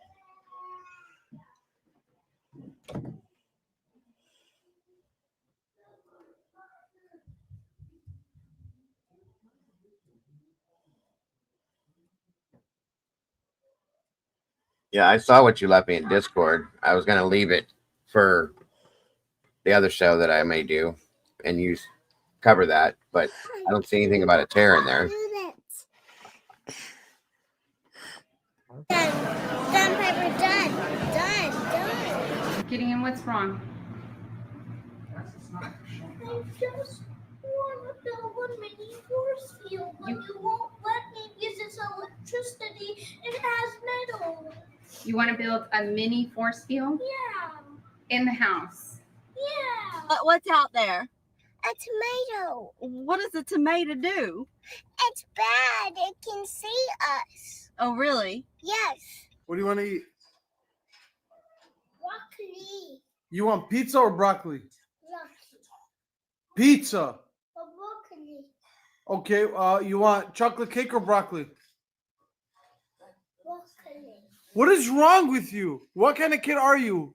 Broccoli. Whose son is this? Say I. I. Say love. Oh.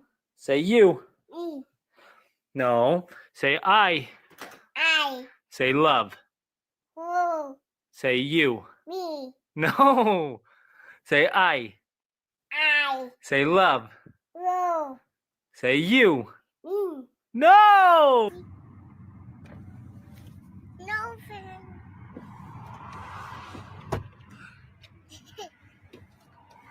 No.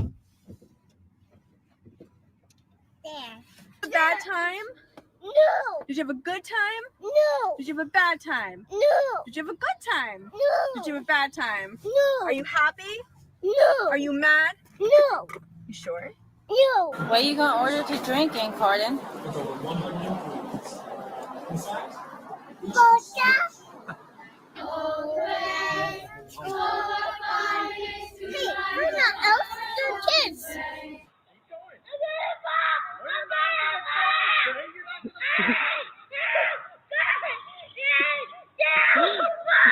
You're not gonna fall.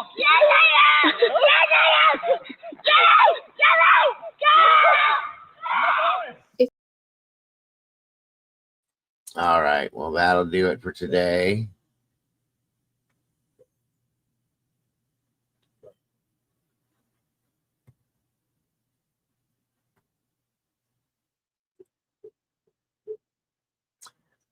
Thank you guys for joining us today. I appreciate you very much, guys. Don't forget to love yourselves, love each other, and don't change who you are.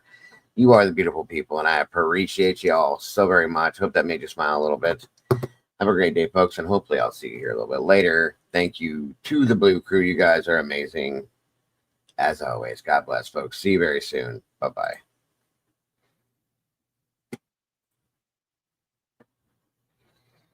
Life's a journey, let's make every moment shine. Together we share, our hearts so intertwined. Each time you tune in, we're dancing in sync. With every story told, just let your soul think. A little laughter, some love, we're flying high. As we wrap up this episode, it's not goodbye. News on the airwaves, spreading joy and cheer. Thanks for being with us, we'll see you right here. Kick back, take a breath, leave your worries behind. This podcast is magic, a treasure you'll find. With every moment shared, we light up the way. Join us next time for more laughs and play. A little laughter, some love, we're flying high. As we wrap up this episode, it's not goodbye. News on the airwaves, spreading joy and cheer. Thanks for being with us, we'll see you right here. Kick back, take a breath, leave your worries behind. This podcast is magic, a treasure you'll find. With every moment shared, we light up the way. Join us next time for more laughs and play. So hit that subscribe, keep the vibe alive. We're riding this wave and it's set to thrive. With smiles all around, let's seize the day. In this podcast family, worries drift away. A little laughter, some love, we're flying high. As we wrap up this episode, it's not goodbye. News on the airwaves, spreading joy and cheer. Thanks for being with us, we'll see you right here. So gather round, friends, it's time to reflect. In this joyful moment, what's next to connect? Let's cherish the laughter, the joy that we spread. Together we'll thrive until our hearts are fed. See you next time with stories anew. Can't wait to share more with all of you.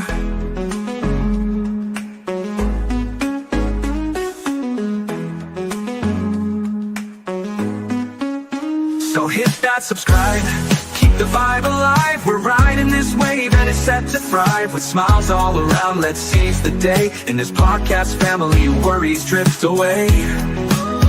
So hit that subscribe, keep the vibe alive. We're riding this wave and it's set to thrive. With smiles all around, let's seize the day. In this podcast family, worries drift away. So gather round, friends, it's time to reflect. In this joyful moment, what's next to connect? Let's cherish the laughter, the joy that we spread. Together we'll thrive until our hearts are fed. See you next time with stories anew. Can't wait to share more with all of you. See you next time.